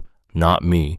But the ache doesn't leave. It just hides deeper. And every time you deny it, you reinforce the belief that you don't deserve care, compassion, or healing. But trauma isn't a competition. Pain doesn't need permission. And just because someone else nearly drowned doesn't mean you didn't struggle to breathe. The moment you start ranking suffering, you invalidate the very thing that's begging to be acknowledged. You were hurt too, and that is enough. Believing you're unlovable unless you're perfect. Believing you're unlovable unless you're perfect is one of the most crushing psychological prisons, because it convinces you that love must be earned, never simply received. Every mistake, flaw, or misstep feels like a threat. Every imperfection becomes proof that you are not enough. So you strive harder, do more, polish every surface of yourself, desperate to become someone worthy of affection. But no matter how much you achieve, the finish line keeps moving, because perfection is a standard that only ever demands more. This red flag often begins in childhood, where love, praise, or safety was conditional. Maybe you were only noticed when you succeeded. Maybe your emotions were too much, or your struggles dismissed. Maybe you were constantly corrected, compared, or made to feel like your worth depended on how well you performed. And somewhere in that environment, you learned that being flawed meant being forgotten. Now, you live in a constant state of quiet anxiety. You monitor how you're seen. You replay conversations, obsess over how you're perceived, punish yourself for being human. Rest feels lazy, vulnerability feels dangerous, and love, when it does show up, feels suspicious, because how could anyone love the real you when you struggle to? The tragedy of this belief is not just the exhaustion, it's the isolation. When you believe you must be perfect to be loved, you never let anyone see the parts that truly need it. You hide behind achievement, charm, strength, and die a little every time someone loves the mask instead of the soul underneath it. Avoiding mirrors due to body-related distress. Avoiding mirrors due to body-related distress isn't vanity. It's silent, chronic shame that has wrapped itself around your reflection. It's walking past a mirror and turning your eyes away, not out of indifference, but out of pain. It's dressing in dim lighting. It's changing clothes without ever truly looking. It's dreading photos, avoiding videos, and flinching when someone compliments your appearance. Not because you don't care how you look, but because somewhere inside you've been taught to believe your body is a problem to solve, not a place to live. This red flag often stems from years of subtle and overt messages that your worth is conditional on thinness, on beauty, on flawlessness. Maybe you were teased. Maybe someone you trusted commented on your weight, your skin, your shape. Maybe the media trained your eyes to scan yourself for imperfections before ever noticing your humanity. So now, the mirror doesn't show you, it shows you everything you've been taught to hate. When you avoid mirrors, you're not avoiding your body. You're avoiding the avalanche of judgment that crashes down every time you see it. You're protecting yourself from the cruel inner dialogue that whispers not good enough, too much, too little. It's not just self-consciousness, it's grief. Grief over how much time you've spent trying to disappear, fit in, or become someone else entirely. But the mirror is not the enemy. The lie is. And until you unlearn the belief that your reflection is something to endure rather than embrace, you'll keep looking away, not because you're ugly, but because you were never shown how to see yourself with love. Compulsive need to prove yourself constantly.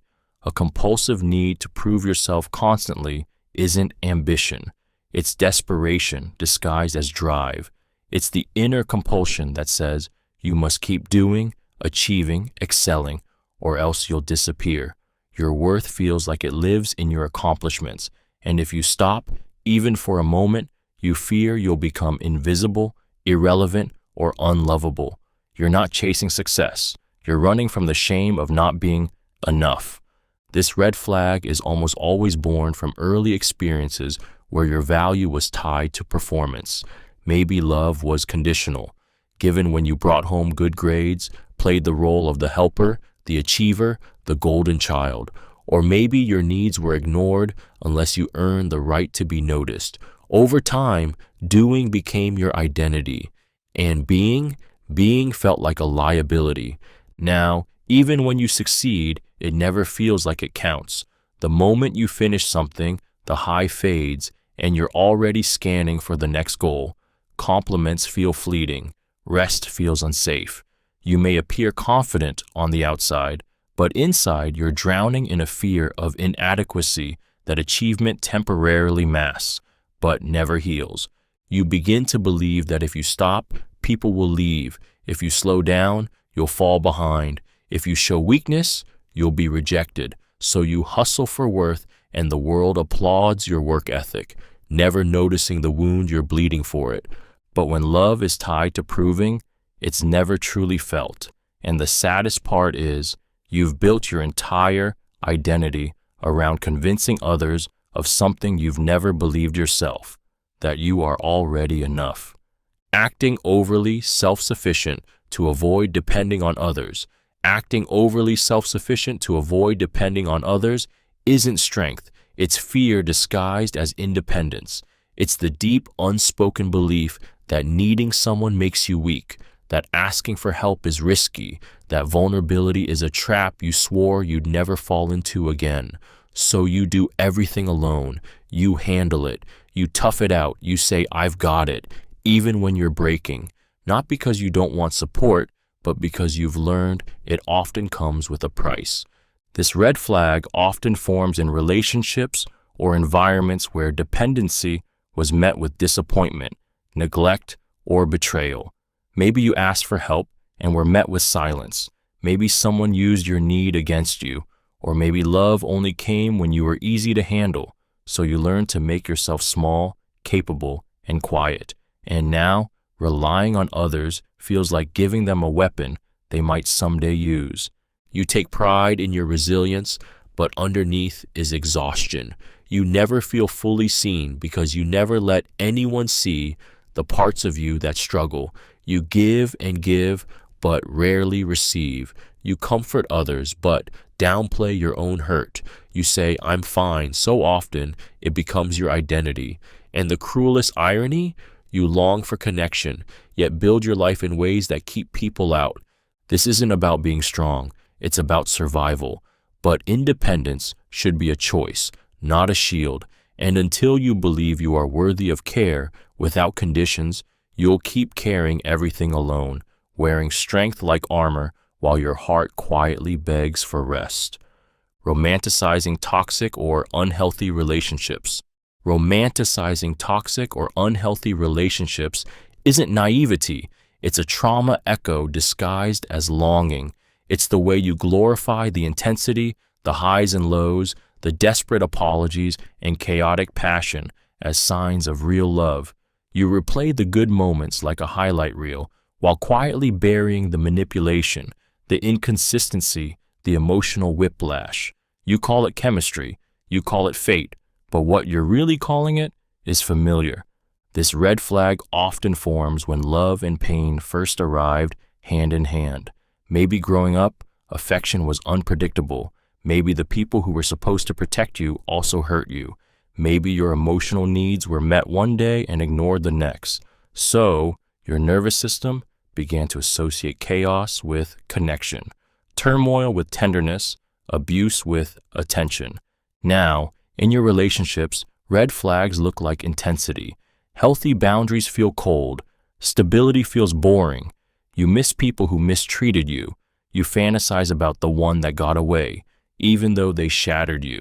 You confuse drama with depth, and you stay, not because you don't see the damage, but because the damage feels like home. You convince yourself that love is meant to hurt, that fighting means caring, that passion should burn, even if it leaves scars. But this isn't love. It's survival dressed in romance. It's your inner child still reaching for the hand that let go, hoping that this time, maybe it'll hold on.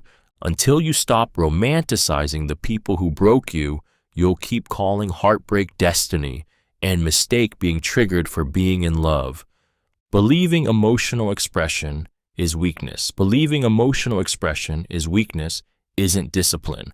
It's a wound masquerading as control. It's the belief that tears make you soft, that anger makes you irrational, that sadness makes you unstable. So you hold it all in. You stay composed. You nod when you want to scream.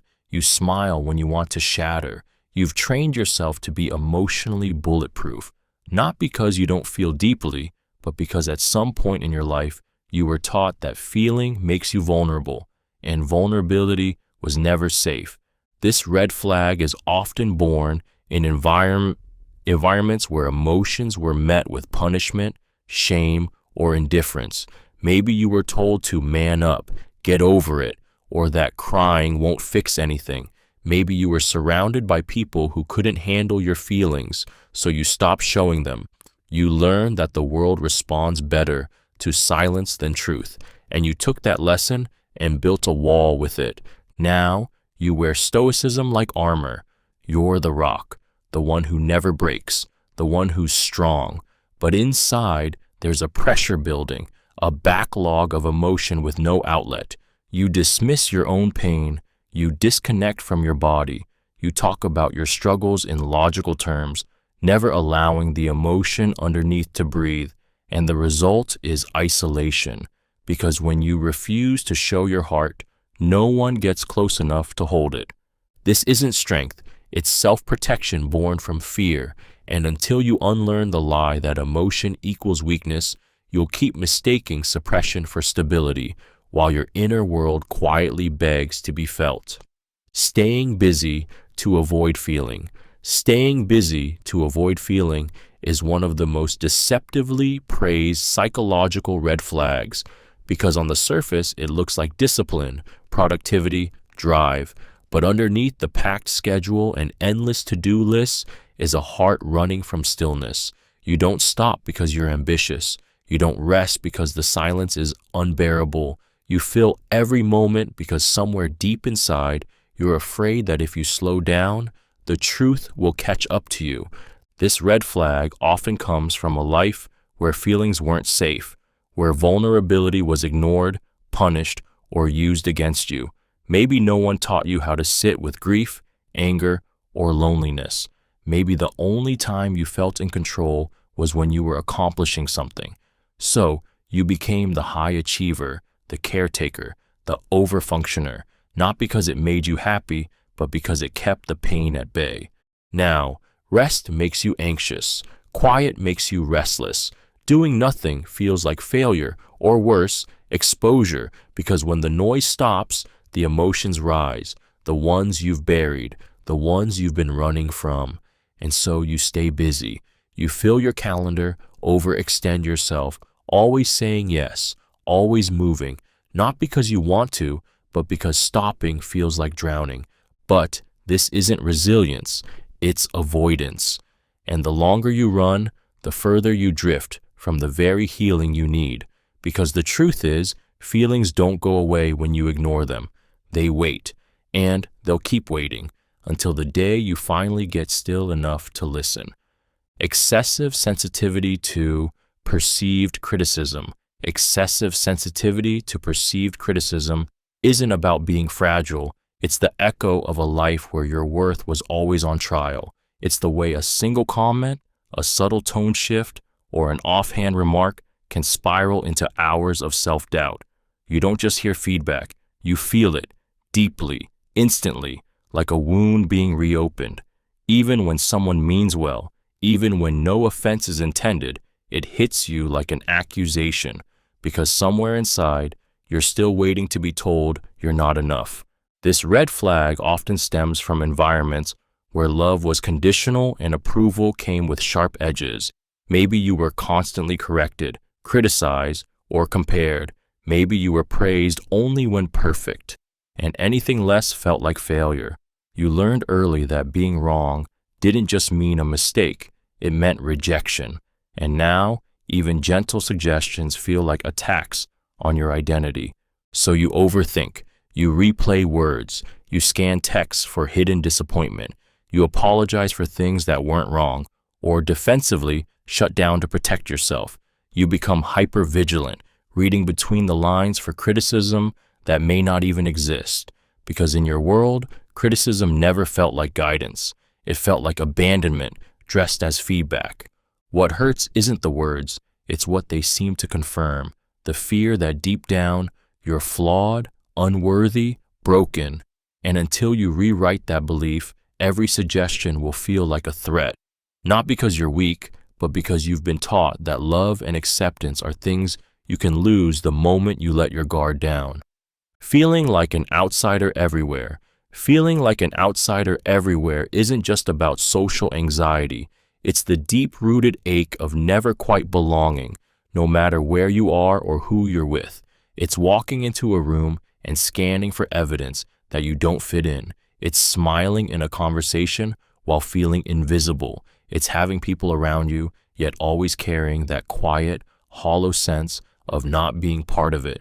And the worst part, you start to believe it's just who you are. This red flag often comes from years of emotional exclusion, subtle or overt messages that you were too much, not enough, or somehow just different. Maybe your family didn't know how to love you for who you really were. Maybe your interests, identity, or voice were dismissed or ridiculed. Or maybe you were the peacemaker, the black sheep, the invisible one. And now, even in adulthood, you carry that wound into every space you enter.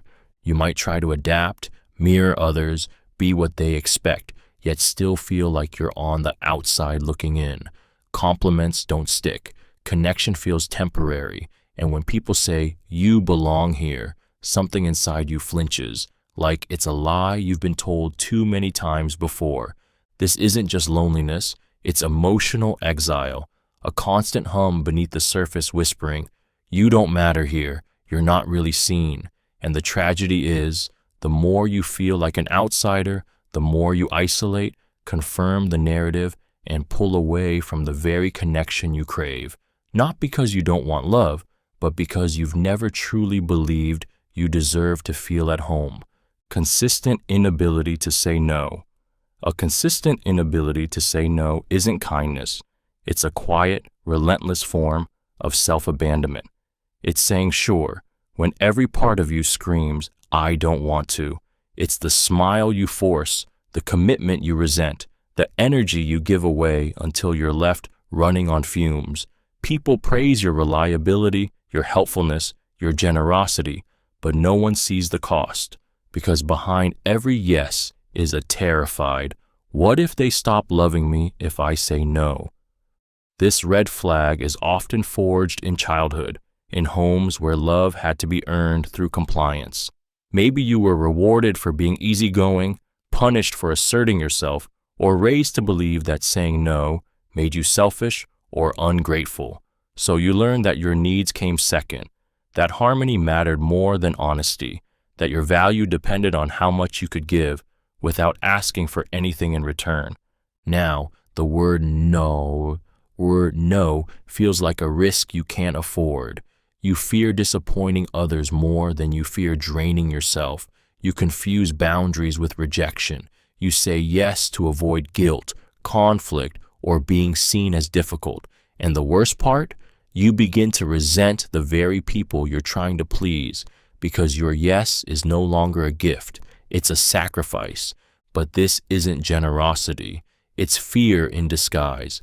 And every time you silence your no, you chip away at your self-respect, not because others demand it, but because you were taught that love requires surrender. Until you unlearn that, you'll keep saying yes to everything except yourself. Assuming others' success means your failure. Assuming others' success means your failure isn't envy. It's a deep, unspoken fear that there's only so much joy, recognition, or worth to go around, and none of it was meant for you. It's that sinking feeling in your stomach when someone else gets the promotion, the applause, the love. You smile, you congratulate them, but inside you're spiraling. Their win doesn't just feel separate from you, it feels like it cost you something. This red flag often takes root in childhoods shaped by comparison or scarcity. Maybe you were constantly measured against siblings, classmates, or impossible standards. Maybe praise was rare and only given when you outperformed. You were taught that love, pride, and attention were limited resources, that someone else shining meant you had to dim.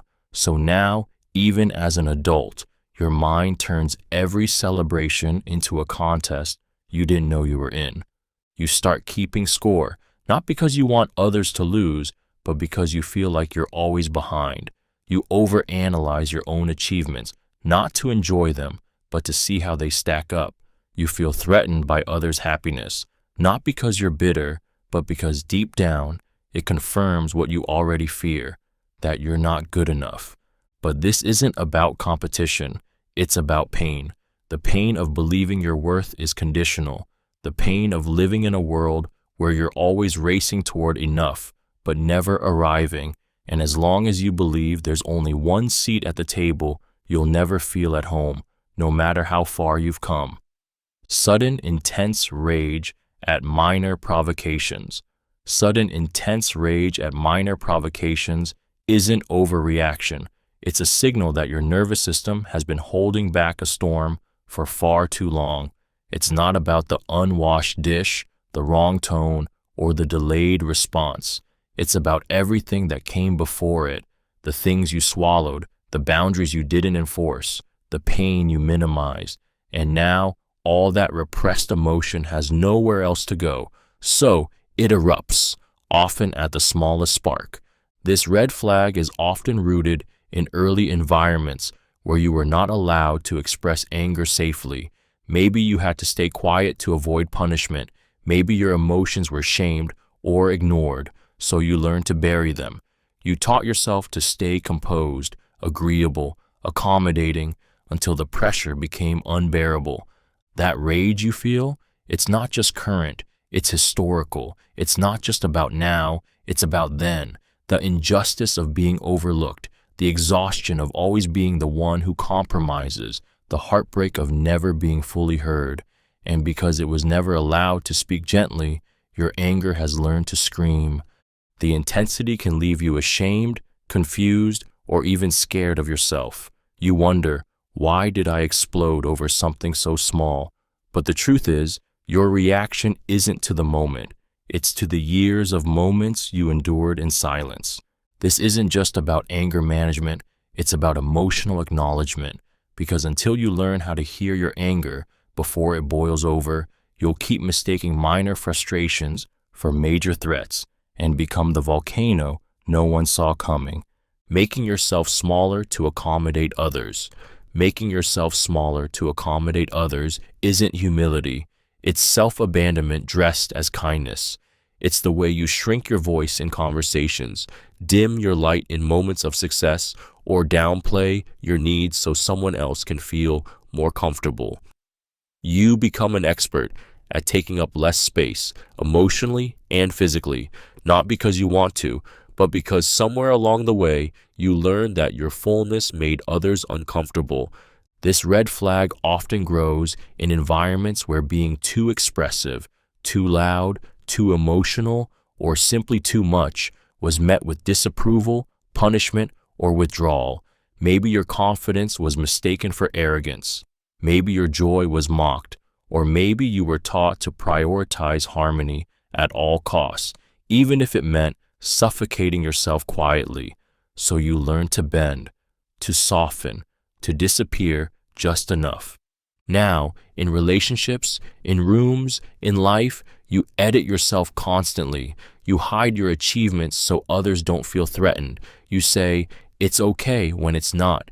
You make yourself small, not out of love, but out of fear. Fear of rejection, resentment, conflict, or loss. You've become so practiced at minimizing yourself that you don't even notice you're doing it anymore. But the cost is steep. When you keep shrinking, the world stops seeing you. Your brilliance is buried. Your truth is muted. And worst of all, you begin to believe that the only way to be loved is to be less bold, less visible, less you. Not because it's true, but because being your whole self once felt like too much to hold. Difficulty trusting others without constant reassurance. Difficulty trusting others without constant reassurance isn't neediness. It's fear masked as vigilance. It's not that you don't want to trust. It's that trust feels like walking a tightrope with no safety net. Every, are you mad at me? Every, do you still love me? Every, are we okay? Is a lifeline tossed out in panic, searching for something solid to hold on to.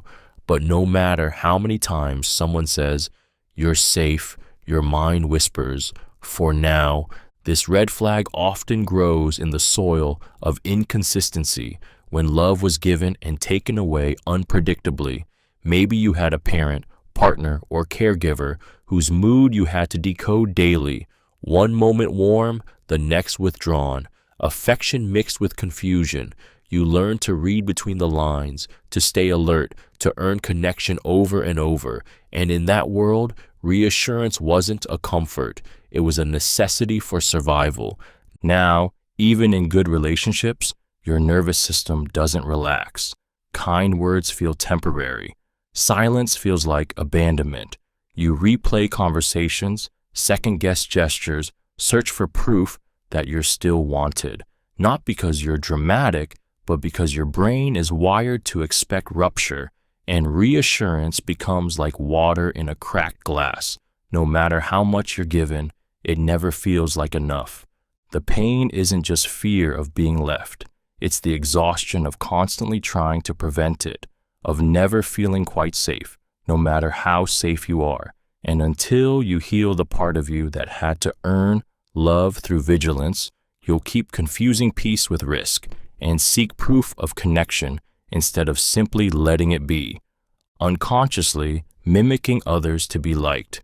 Unconsciously mimicking others to be liked isn't charm. It's a hidden survival instinct wrapped in people-pleasing. It's the way your voice shifts to match theirs, how your opinions soften or change depending on who you're with, how you laugh when they laugh, even if you don't find it funny. You're not being fake. You're trying to be safe, because somewhere deep inside, you've learned that similarity means acceptance, and difference, even small, can feel like a threat. This red flag is often born in environments where authenticity was punished, dismissed, or used against you.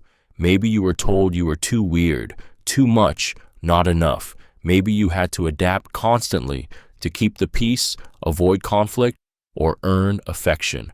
Over time, you began to morph, absorbing others' language, preferences, and emotional tones just to belong. Now, you blend in effortlessly. You're relatable, agreeable, likable. But afterward, you feel hollow, unsure who you were in that conversation, unsure what you actually think, feel, or want. You replay the interaction not to connect with your truth, but to make sure you didn't say the wrong thing.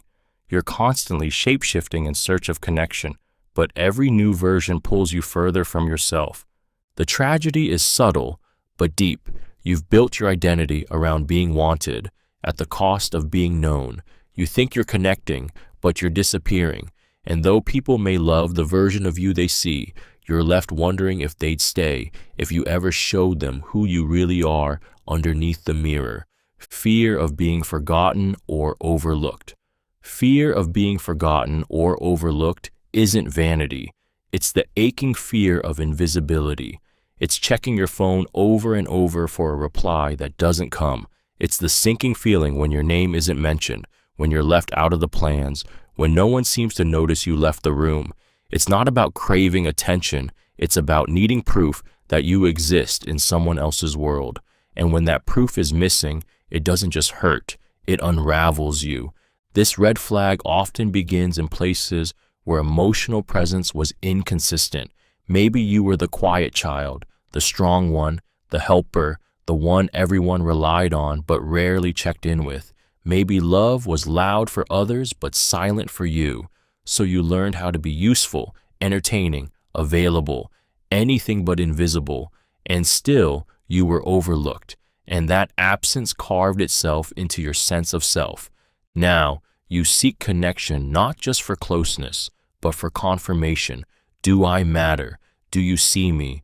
Will you remember me when I'm not in front of you? You overextend, overcommunicate, overgive. You attach quickly and fear detachment even faster. And when people don't reach out, don't respond, don't include you, it doesn't feel like coincidence. It feels like confirmation of your worst fear, that you're forgettable. But the fear isn't really about others. It's about the part of you that learned being unseen meant being unloved. And until that part feels safe, you'll keep chasing validation, not for your ego, but for your right to take up space in someone else's memory. Avoiding emotional reflection. Avoiding emotional reflection isn't apathy. It's protection. It's the instinct to stay busy, distracted, or numb rather than sit quietly with what's inside. You dodge the mirror, both literal and emotional, because what stares back might be too painful to face. You tell yourself there's no time, that you're fine, that the past is the past. But deep down, you know it's not. It's just buried, and it's still breathing. This red flag is often the legacy of unprocessed trauma, grief, or shame, experiences so overwhelming that your mind learned to compartmentalize just to survive. Maybe you were never taught how to name emotions, only how to silence them. Maybe you were punished for crying, ignored when hurting, or told to move on before you even knew how to begin. So now, looking inward feels like opening a door you fear you won't be able to close. Instead, you stay outward. You focus on tasks, others, future plans, anything but the aching quiet within. You minimize your emotions, intellectualize your pain, and talk around the real issue. And when someone asks how you really are, you feel exposed, defensive, maybe even angry, because reflection means honesty, and honesty means feeling what you've been running from. But the tragedy of avoiding emotional reflection is that the wounds you ignore don't heal. They harden. They start to dictate your behavior, your relationships, your view of yourself. You begin reacting from pain you never acknowledge. And as long as you avoid your inner world, it quietly rules your outer one, unseen, unspoken, but always in control. Feeling exposed when being vulnerable. Feeling exposed when being vulnerable isn't weakness. It's the raw fear of being seen and rejected at the same time. It's that invisible shiver that runs through your body when you speak your truth, the knot in your stomach after saying how you really feel, the urge to retreat the moment someone looks at you a little too closely. Vulnerability doesn't feel freeing. It feels like standing naked in a cold room, waiting to be judged. This red flag often begins in spaces where vulnerability was never met with safety. Maybe you opened up and were dismissed. Maybe your honesty was used against you. Maybe your needs made someone else uncomfortable. And instead of being held, you were shamed, mocked, or left. So you learned to protect yourself. You armored your heart. You kept the real stuff hidden under sarcasm, small talk, and smiles that never quite reached your eyes. Now, when you try to be real, your entire nervous system resists. You second-guess the text you just sent. You replay the conversation where you said too much. You feel like you've made a mistake just by being human. And the cruel twist? The very thing that builds true connection, vulnerability, is what makes you feel most at risk. So you stay guarded. You keep things light. You share just enough to seem open, but not enough to actually be known. Because deep down, the fear isn't just of being hurt. It's of being fully seen and still unloved. And until that fear feels safe to confront, every act of honesty will feel like a risk too dangerous to take. Overpersonalizing others' actions. Overpersonalizing others' actions isn't sensitivity. It's self-doubt, masquerading as intuition. It's the sting you feel when someone seems distant, the tension you carry after a text goes unanswered, the spiral that begins when someone's mood shifts and your brain immediately asks, "What did I do wrong?" You don't just notice behavior, you absorb it. You turn every sigh, delay, or silence into a reflection of your worth, not because it is, but because somewhere you learn that it must be. This red flag is often rooted in early emotional environments where inconsistency, neglect, or emotional unpredictability made you hyper-aware of others. Maybe you grew up around people whose moods you had to manage or whose affection you had to earn. You learned to scan for subtle shifts, overanalyze every word, and take responsibility for things far outside your control. It was how you stayed safe. It was how you survived. Now, in adulthood, someone else's bad day feels like your fault. Someone being short, distracted, or off sends your thoughts racing. You create stories to explain their behavior, usually ones where you're the problem. You over-apologize, over-explain, or withdraw, trying to fix a wound that was never yours in the first place. But over-personalizing doesn't bring you clarity. It robs you of peace. It traps you in a world where every interaction feels like a test, and you're always on the verge of failing. And perhaps the cruelest part? You never get to be present because you're too busy trying to solve other people's emotions, convinced they're mirrors of your own flaws, when really sometimes people are just people, and their pain has nothing to do with you. Fluctuating between idealizing and devaluing others. Fluctuating between idealizing and devaluing others isn't just emotional instability. It's a survival strategy shaped by fear, abandonment, and the desperate need for safety through certainty. You meet someone and instantly elevate them. They're brilliant, kind, unlike anyone else.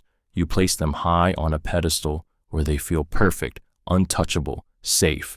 But the moment they disappoint you, make a mistake, or trigger a hidden insecurity, the pedestal shatters, and so does your perception of them.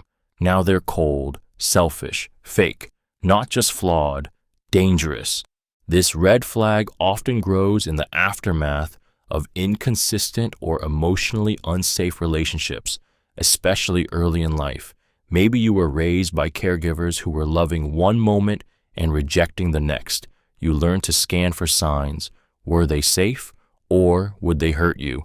And without emotional consistency, your mind split people into extremes, good or bad, safe or unsafe, angel or enemy. Gray areas weren't options. Certainty was your only protection.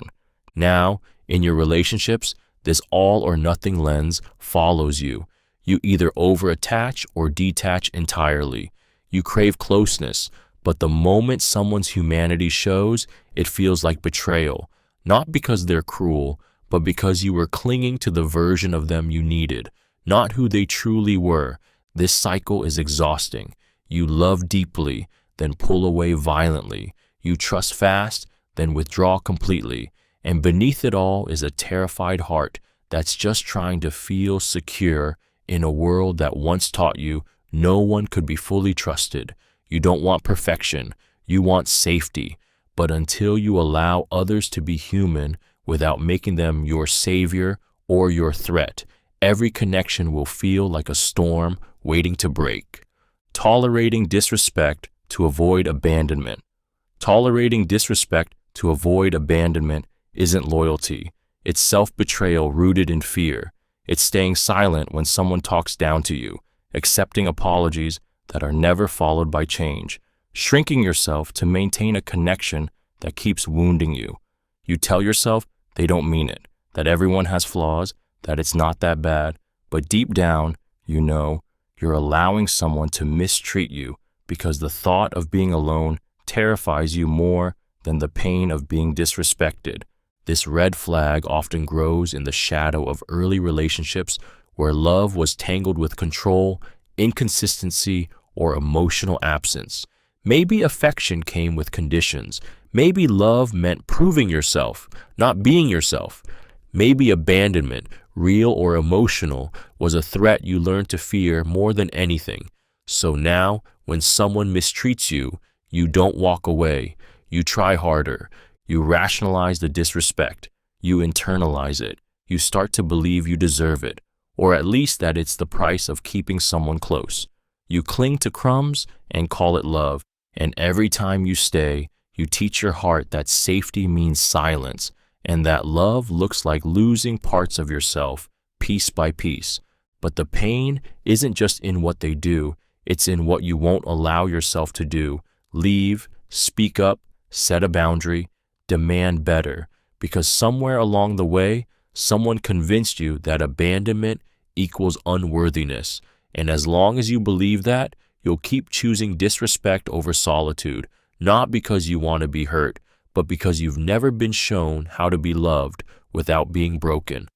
Fixating on past conversations or mistakes. Fixating on past conversations or mistakes isn't just overthinking, it's self-punishment, masquerading as reflection. It's the mental loop that replays that one awkward sentence, that missed opportunity, that joke that didn't land, over and over until it drowns out everything else. It's lying awake at night, combing through every word you said, every reaction you received, searching for signs you did something wrong, even if no one else noticed a thing. This red flag is rooted in a deep fear of rejection and a belief that any misstep, no matter how small, could cost you connection, respect, or love. Often, it stems from growing up in environments where criticism was constant and perfection was expected. Maybe your smallest mistakes were exaggerated, or your successes rarely acknowledged. Maybe you were made to feel that approval was fragile, that one slip could make it all disappear. Now, you live with an inner critic that never rests, one that watches you more harshly than anyone else ever could. You apologize for things people forgot. You mentally rewrite conversations, wishing you'd said it better. You obsess, not because the mistake was big, but because the fear of what it might mean feels enormous. The pain doesn't come from what happened. It comes from what you believe it says about you, that you're awkward, that you're not enough, that you're hard to love, and the longer you fixate, the more convinced you become that you're the problem. But this isn't accountability, it's emotional self-harm, because you're not just remembering a moment, you're reliving the shame you never deserved to carry in the first place. Experiencing imposter syndrome. Even with evidence of success, experiencing imposter syndrome, even with evidence of success, isn't humility. It's an internal war between your achievements and your self-worth. It's standing in rooms you've earned your way into, holding titles you worked hard for, surrounded by people who believe in you, while quietly waiting for someone to tap you on the shoulder and say, "You don't belong here." You look at your accomplishments and feel nothing, or worse, guilt, because you don't believe they're truly yours. This red flag often comes from early environments where validation was absent, conditional, or impossible to attain. Maybe no one praised your efforts unless they were perfect. Maybe success was met with jealousy, dismissal, or silence. Or maybe you were taught to always aim higher, never celebrate, never stop proving. So even when you win, it doesn't land. The goalpost moves, the pressure doubles, the joy never comes. Now, no matter how much you've done, your inner voice whispers, "You got lucky. You fooled them. It's only a matter of time." You overwork, overprepare, or self-sabotage, anything to manage the fear of being found out. You dismiss compliments. You deflect recognition. You panic at praise. And worst of all, you can't enjoy what you've earned because a part of you believes it was never meant for you in the first place. The pain isn't that you're failing. It's that even in success, you still feel invisible. you still feel like a fraud. And until you rewrite the story that says worth must be constantly proven, you'll keep chasing external milestones, trying to quiet an internal voice that's never been taught how to say, I deserve this. Disregarding your own suffering to support others. Disregarding your own suffering to support others isn't selflessness. It's self-neglect dressed as virtue. It's the instinct to show up, help, and give, even when you're breaking inside. You're the one who checks in, holds space, listens deeply, while silently bleeding behind your smile. People call you strong, empathetic, a rock. But what they don't see is the quiet truth. No one's holding you. This red flag often takes root in early experiences where your pain was minimized, compared, or overshadowed. Maybe you were praised for being mature for your age, or expected to be the emotional caretaker in a chaotic home.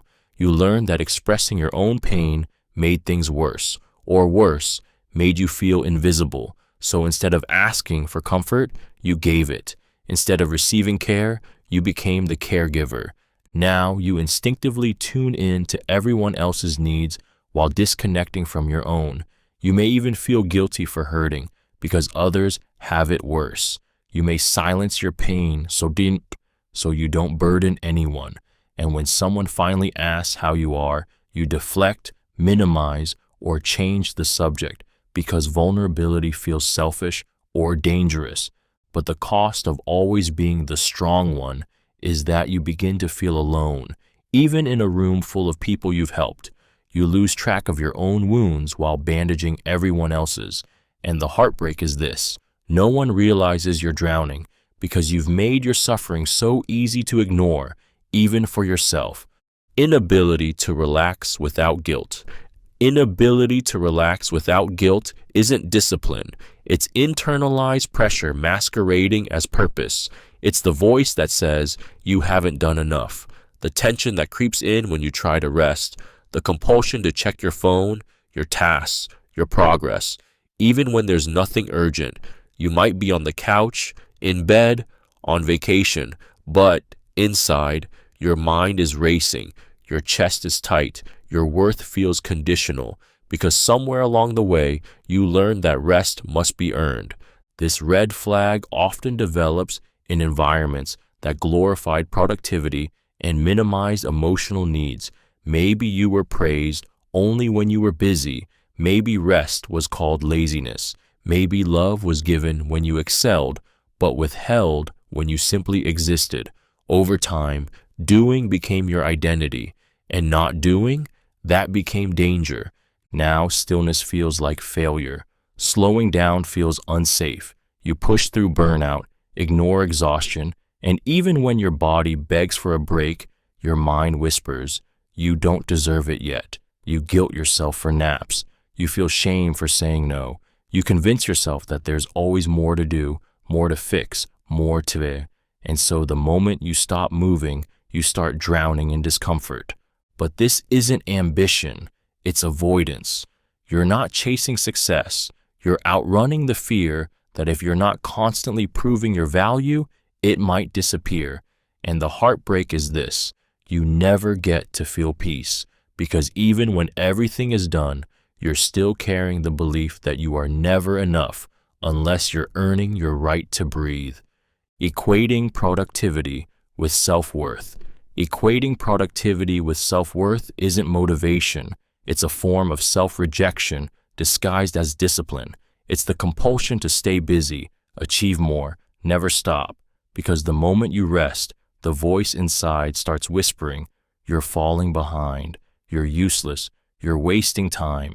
You don't just work hard, you work to deserve existing, to earn rest, to feel valid, to outrun the terrifying question, who am I if I'm not accomplishing something? This red flag is often planted in childhoods where love, approval, or safety depended on performance. Maybe praise only came with trophies. Maybe being still was met with criticism. Or maybe achievement became your only source of identity in a world that ignored your inner life. Over time, you began to confuse doing with being. and when you weren't producing, you felt invisible. Now, your self-talk sounds like a checklist. You equate value with output. You feel guilty for leisure, anxious during downtime, and secretly resentful of your own need to rest. Even your passions start to feel like obligations. You chase goals not for joy, but to silence the shame of not enough. And no matter how much you get done, it never feels like it counts. But the most heartbreaking part? You've built a life around proving you're worthy, while never letting yourself feel worthy. You burn out in the name of self-respect. You exhaust yourself chasing an identity rooted in productivity. And until you separate who you are from what you do, you'll keep mistaking exhaustion for excellence and emptiness for success. Using self-deprecation as a defense mechanism. Using self-deprecation as a defense mechanism isn't humor. It's preemptive self-protection. It's making the joke before anyone else can. It's calling yourself a mess, lazy, dumb, or too much with a smile, so that if someone does think it, it won't hurt as much, because you said it first. It's disarming people with laughter, not because you're lighthearted, but because you're afraid of being taken seriously and then rejected. This red flag often stems from early experiences where vulnerability wasn't safe, or where ridicule came before reassurance. Maybe your mistakes were magnified. Maybe people mocked you for your passions or picked at your insecurities. Or maybe love was laced with criticism, so you learned to turn the knife inward before anyone else could touch it. Over time, you developed a coping strategy. Become the one who laughs the loudest at your own pain. Now, self-deprecation is part of your vocabulary. You use it to diffuse tension, to gain approval, to lower expectations. But underneath the cleverness is a deep ache, the belief that if you show your real self, flawed, hopeful, human, you'll be dismissed or humiliated. So you offer a watered-down version, a caricature of your struggles, dressed in jokes. You entertain, but never let people close enough to understand what's not funny. The tragedy is subtle but sharp. People laugh, but they don't see you. They think you're confident, but you're shielding yourself. And the longer you keep using humor to hide, the more invisible your true self becomes, even to you. Because when every truth is softened into a punchline, the world forgets you're not laughing, you're bleeding. Overplanning as a way to feel in control. Overplanning as a way to feel in control isn't organization. It's anxiety in disguise. It's the relentless need to schedule every moment, anticipate every possibility, and prepare for outcomes that may never happen. You create backup plans for your backup plans, obsess over timelines, and panic when things deviate even slightly. You don't just plan, you cling to structure because the idea of not knowing what comes next feels unbearable. This red flag often forms in environments where unpredictability brought chaos or pain. Maybe you grew up in a home where things could turn volatile without warning, or where no one protected you, so you learned to do it yourself. Maybe broken promises, sudden losses, or emotional instability taught your nervous system that safety only exists in control. So now, control becomes your comfort. Planning becomes your armor. You call it being responsible, but underneath is fear. Fear of uncertainty, fear of failure, fear that if you don't orchestrate every detail, something will fall apart. You may struggle to relax, cancel plans, or handle spontaneity without spiraling. And when life inevitably veers off course, you blame yourself. You feel lost, helpless, exposed, but overplanning doesn't give you real control. It gives you the illusion of it. And that illusion becomes a prison. You begin to measure peace by how well things go according to script, not by how well you adapt when they don't. And in trying so hard to manage life, you forget how to live it. Because true safety doesn't come from perfection. It comes from knowing you'll still be okay, even when the plan falls apart. Fearing you're too much and not enough at the same time. Fearing you're too much and not enough at the same time is an emotional tug of war that leaves you exhausted and unsure of who you're allowed to be. It's the voice that says, tone it down, just as loudly as it says, you should be doing more.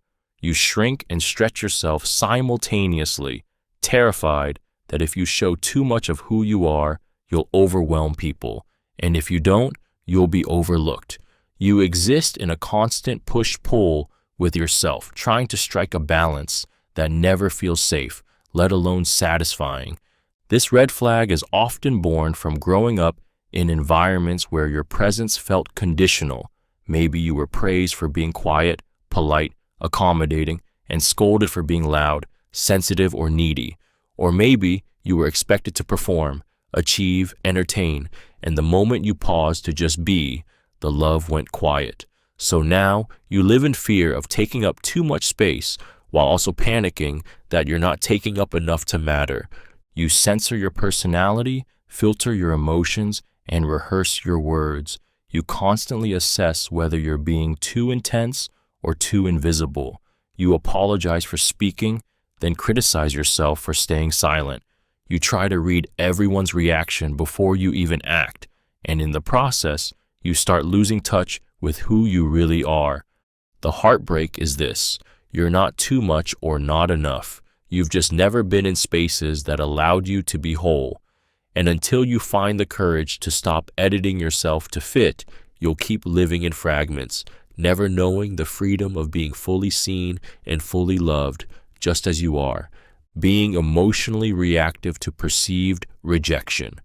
Being emotionally reactive to perceived rejection isn't oversensitivity. It's a raw, unhealed wound that flinches at the slightest touch. It's how a delayed text, a change in tone, or a lack of eye contact can spiral into heartbreak. It's how you go from calm to panic, warmth to cold, connection to collapse, all because something felt like rejection, even if it wasn't. And no matter how small the trigger, the pain is real, immediate, and overwhelming.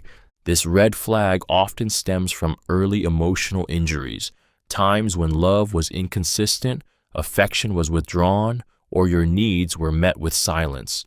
Maybe you were ignored when you reached out, or only valued when convenient. So your nervous system learned that disconnection wasn't just uncomfortable, it was dangerous. Rejection didn't just hurt, it defined you. Now, in relationships, even the tiniest signals feel like abandonment. You overanalyze words, body language, silences. You might lash out, shut down, people please, or retreat entirely.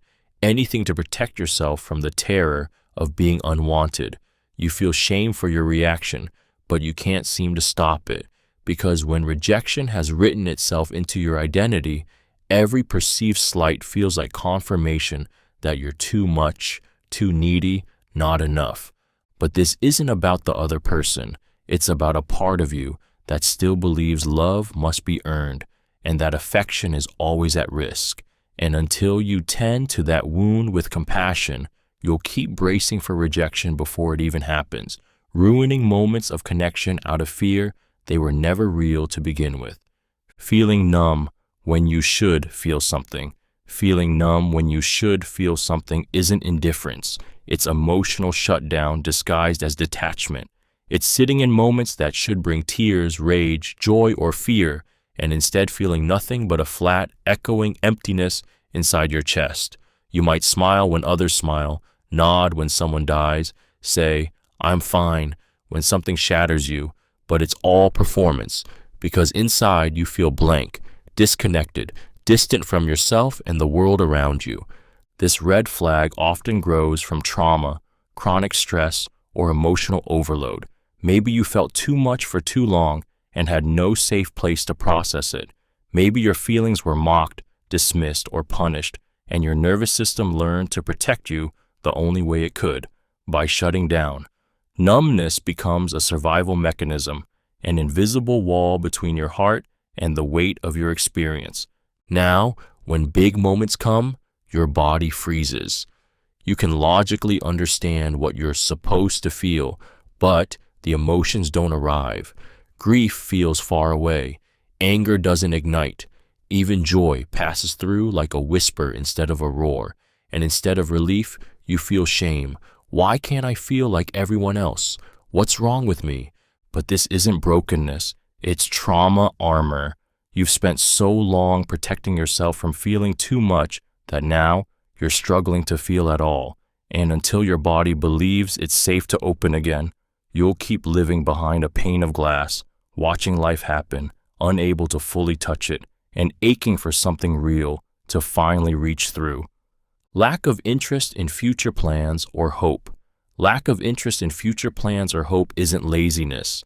It's emotional shutdown disguised as indifference.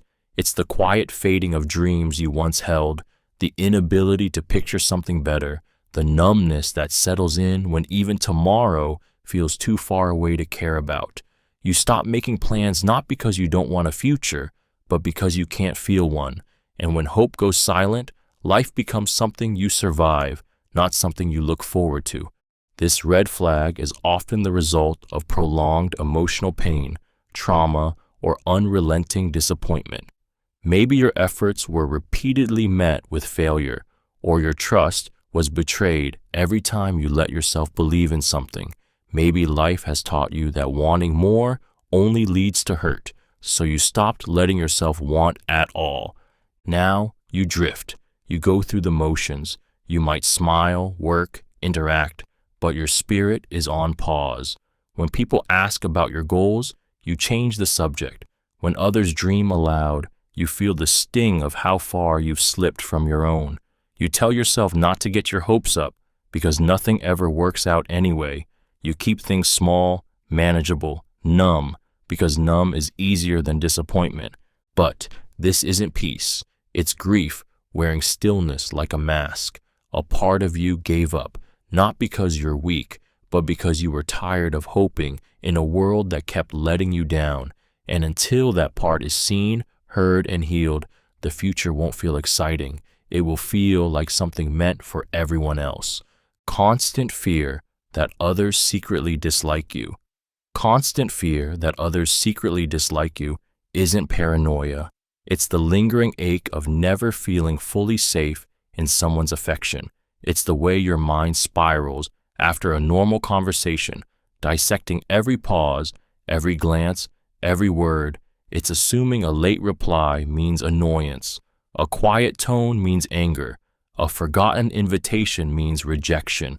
You don't need people to hurt you out loud. Your mind fills in the silence with everything you fear they really think. This red flag often traces back to relationships, especially in childhood, where love was inconsistent, conditional, or laced with emotional confusion. Maybe you were celebrated one moment and dismissed the next. Maybe people smiled to your face and criticized you behind closed doors. Or maybe you were made to feel like you had to earn approval just to belong. So now, trust doesn't feel like comfort. It feels like a gamble. You become a hyper-observer, reading too much into texts, over-apologizing, second-guessing jokes, and walking on emotional eggshells. You twist yourself to be likable, agreeable, unproblematic, while inside, you're scanning for signs that people are just pretending to tolerate you. And the cruelest part? Even when someone does like you, you can't fully believe it, because your brain has built its own narrative, and affection feels like a fragile illusion waiting to break. This fear doesn't mean you're broken. It means your past taught you that love can vanish without warning. So now, even kindness feels suspicious. But constantly questioning your place in people's hearts won't keep you safe. It'll keep you lonely, even in a crowded room. Not because you're unloved, but because you've been taught to mistrust the love you already have. Avoiding eye contact due to insecurity. Avoiding eye contact due to insecurity isn't shyness. It's a silent surrender to the belief that being truly seen is dangerous. It's the instinct to glance away when someone looks at you too long, to stare at the floor during confrontation, to focus on anything but the eyes of the person in front of you. because eye contact doesn't just feel like looking, it feels like exposure. And exposure to someone carrying shame feels unbearable. This red flag is often rooted in experiences where being noticed brought judgment, mockery, or pain. Maybe you were criticized for how you looked. Maybe you were made to feel small when you tried to speak. Maybe people only paid attention to you when you were in trouble or when they wanted to tear you down, so you learned to avoid their gaze. You learned that invisibility felt safer than vulnerability. Now, looking someone in the eye feels like too much, too intimate, too raw. You fear they'll see the cracks, the parts you've hidden, the flaws you're convinced are obvious. You might avoid eye contact during praise because you don't believe you deserve it, or during conflict because you're terrified of rejection. Either way, you're not avoiding them. You're avoiding the pain of being fully perceived. But the tragedy is, when you hide your eyes, you dim your presence. You miss the moments of connection, of understanding, of being recognized, not because you don't want to be seen, but because you've never truly believed there was anything worth seeing. And until that belief changes, you'll keep looking away, not from others, but from yourself.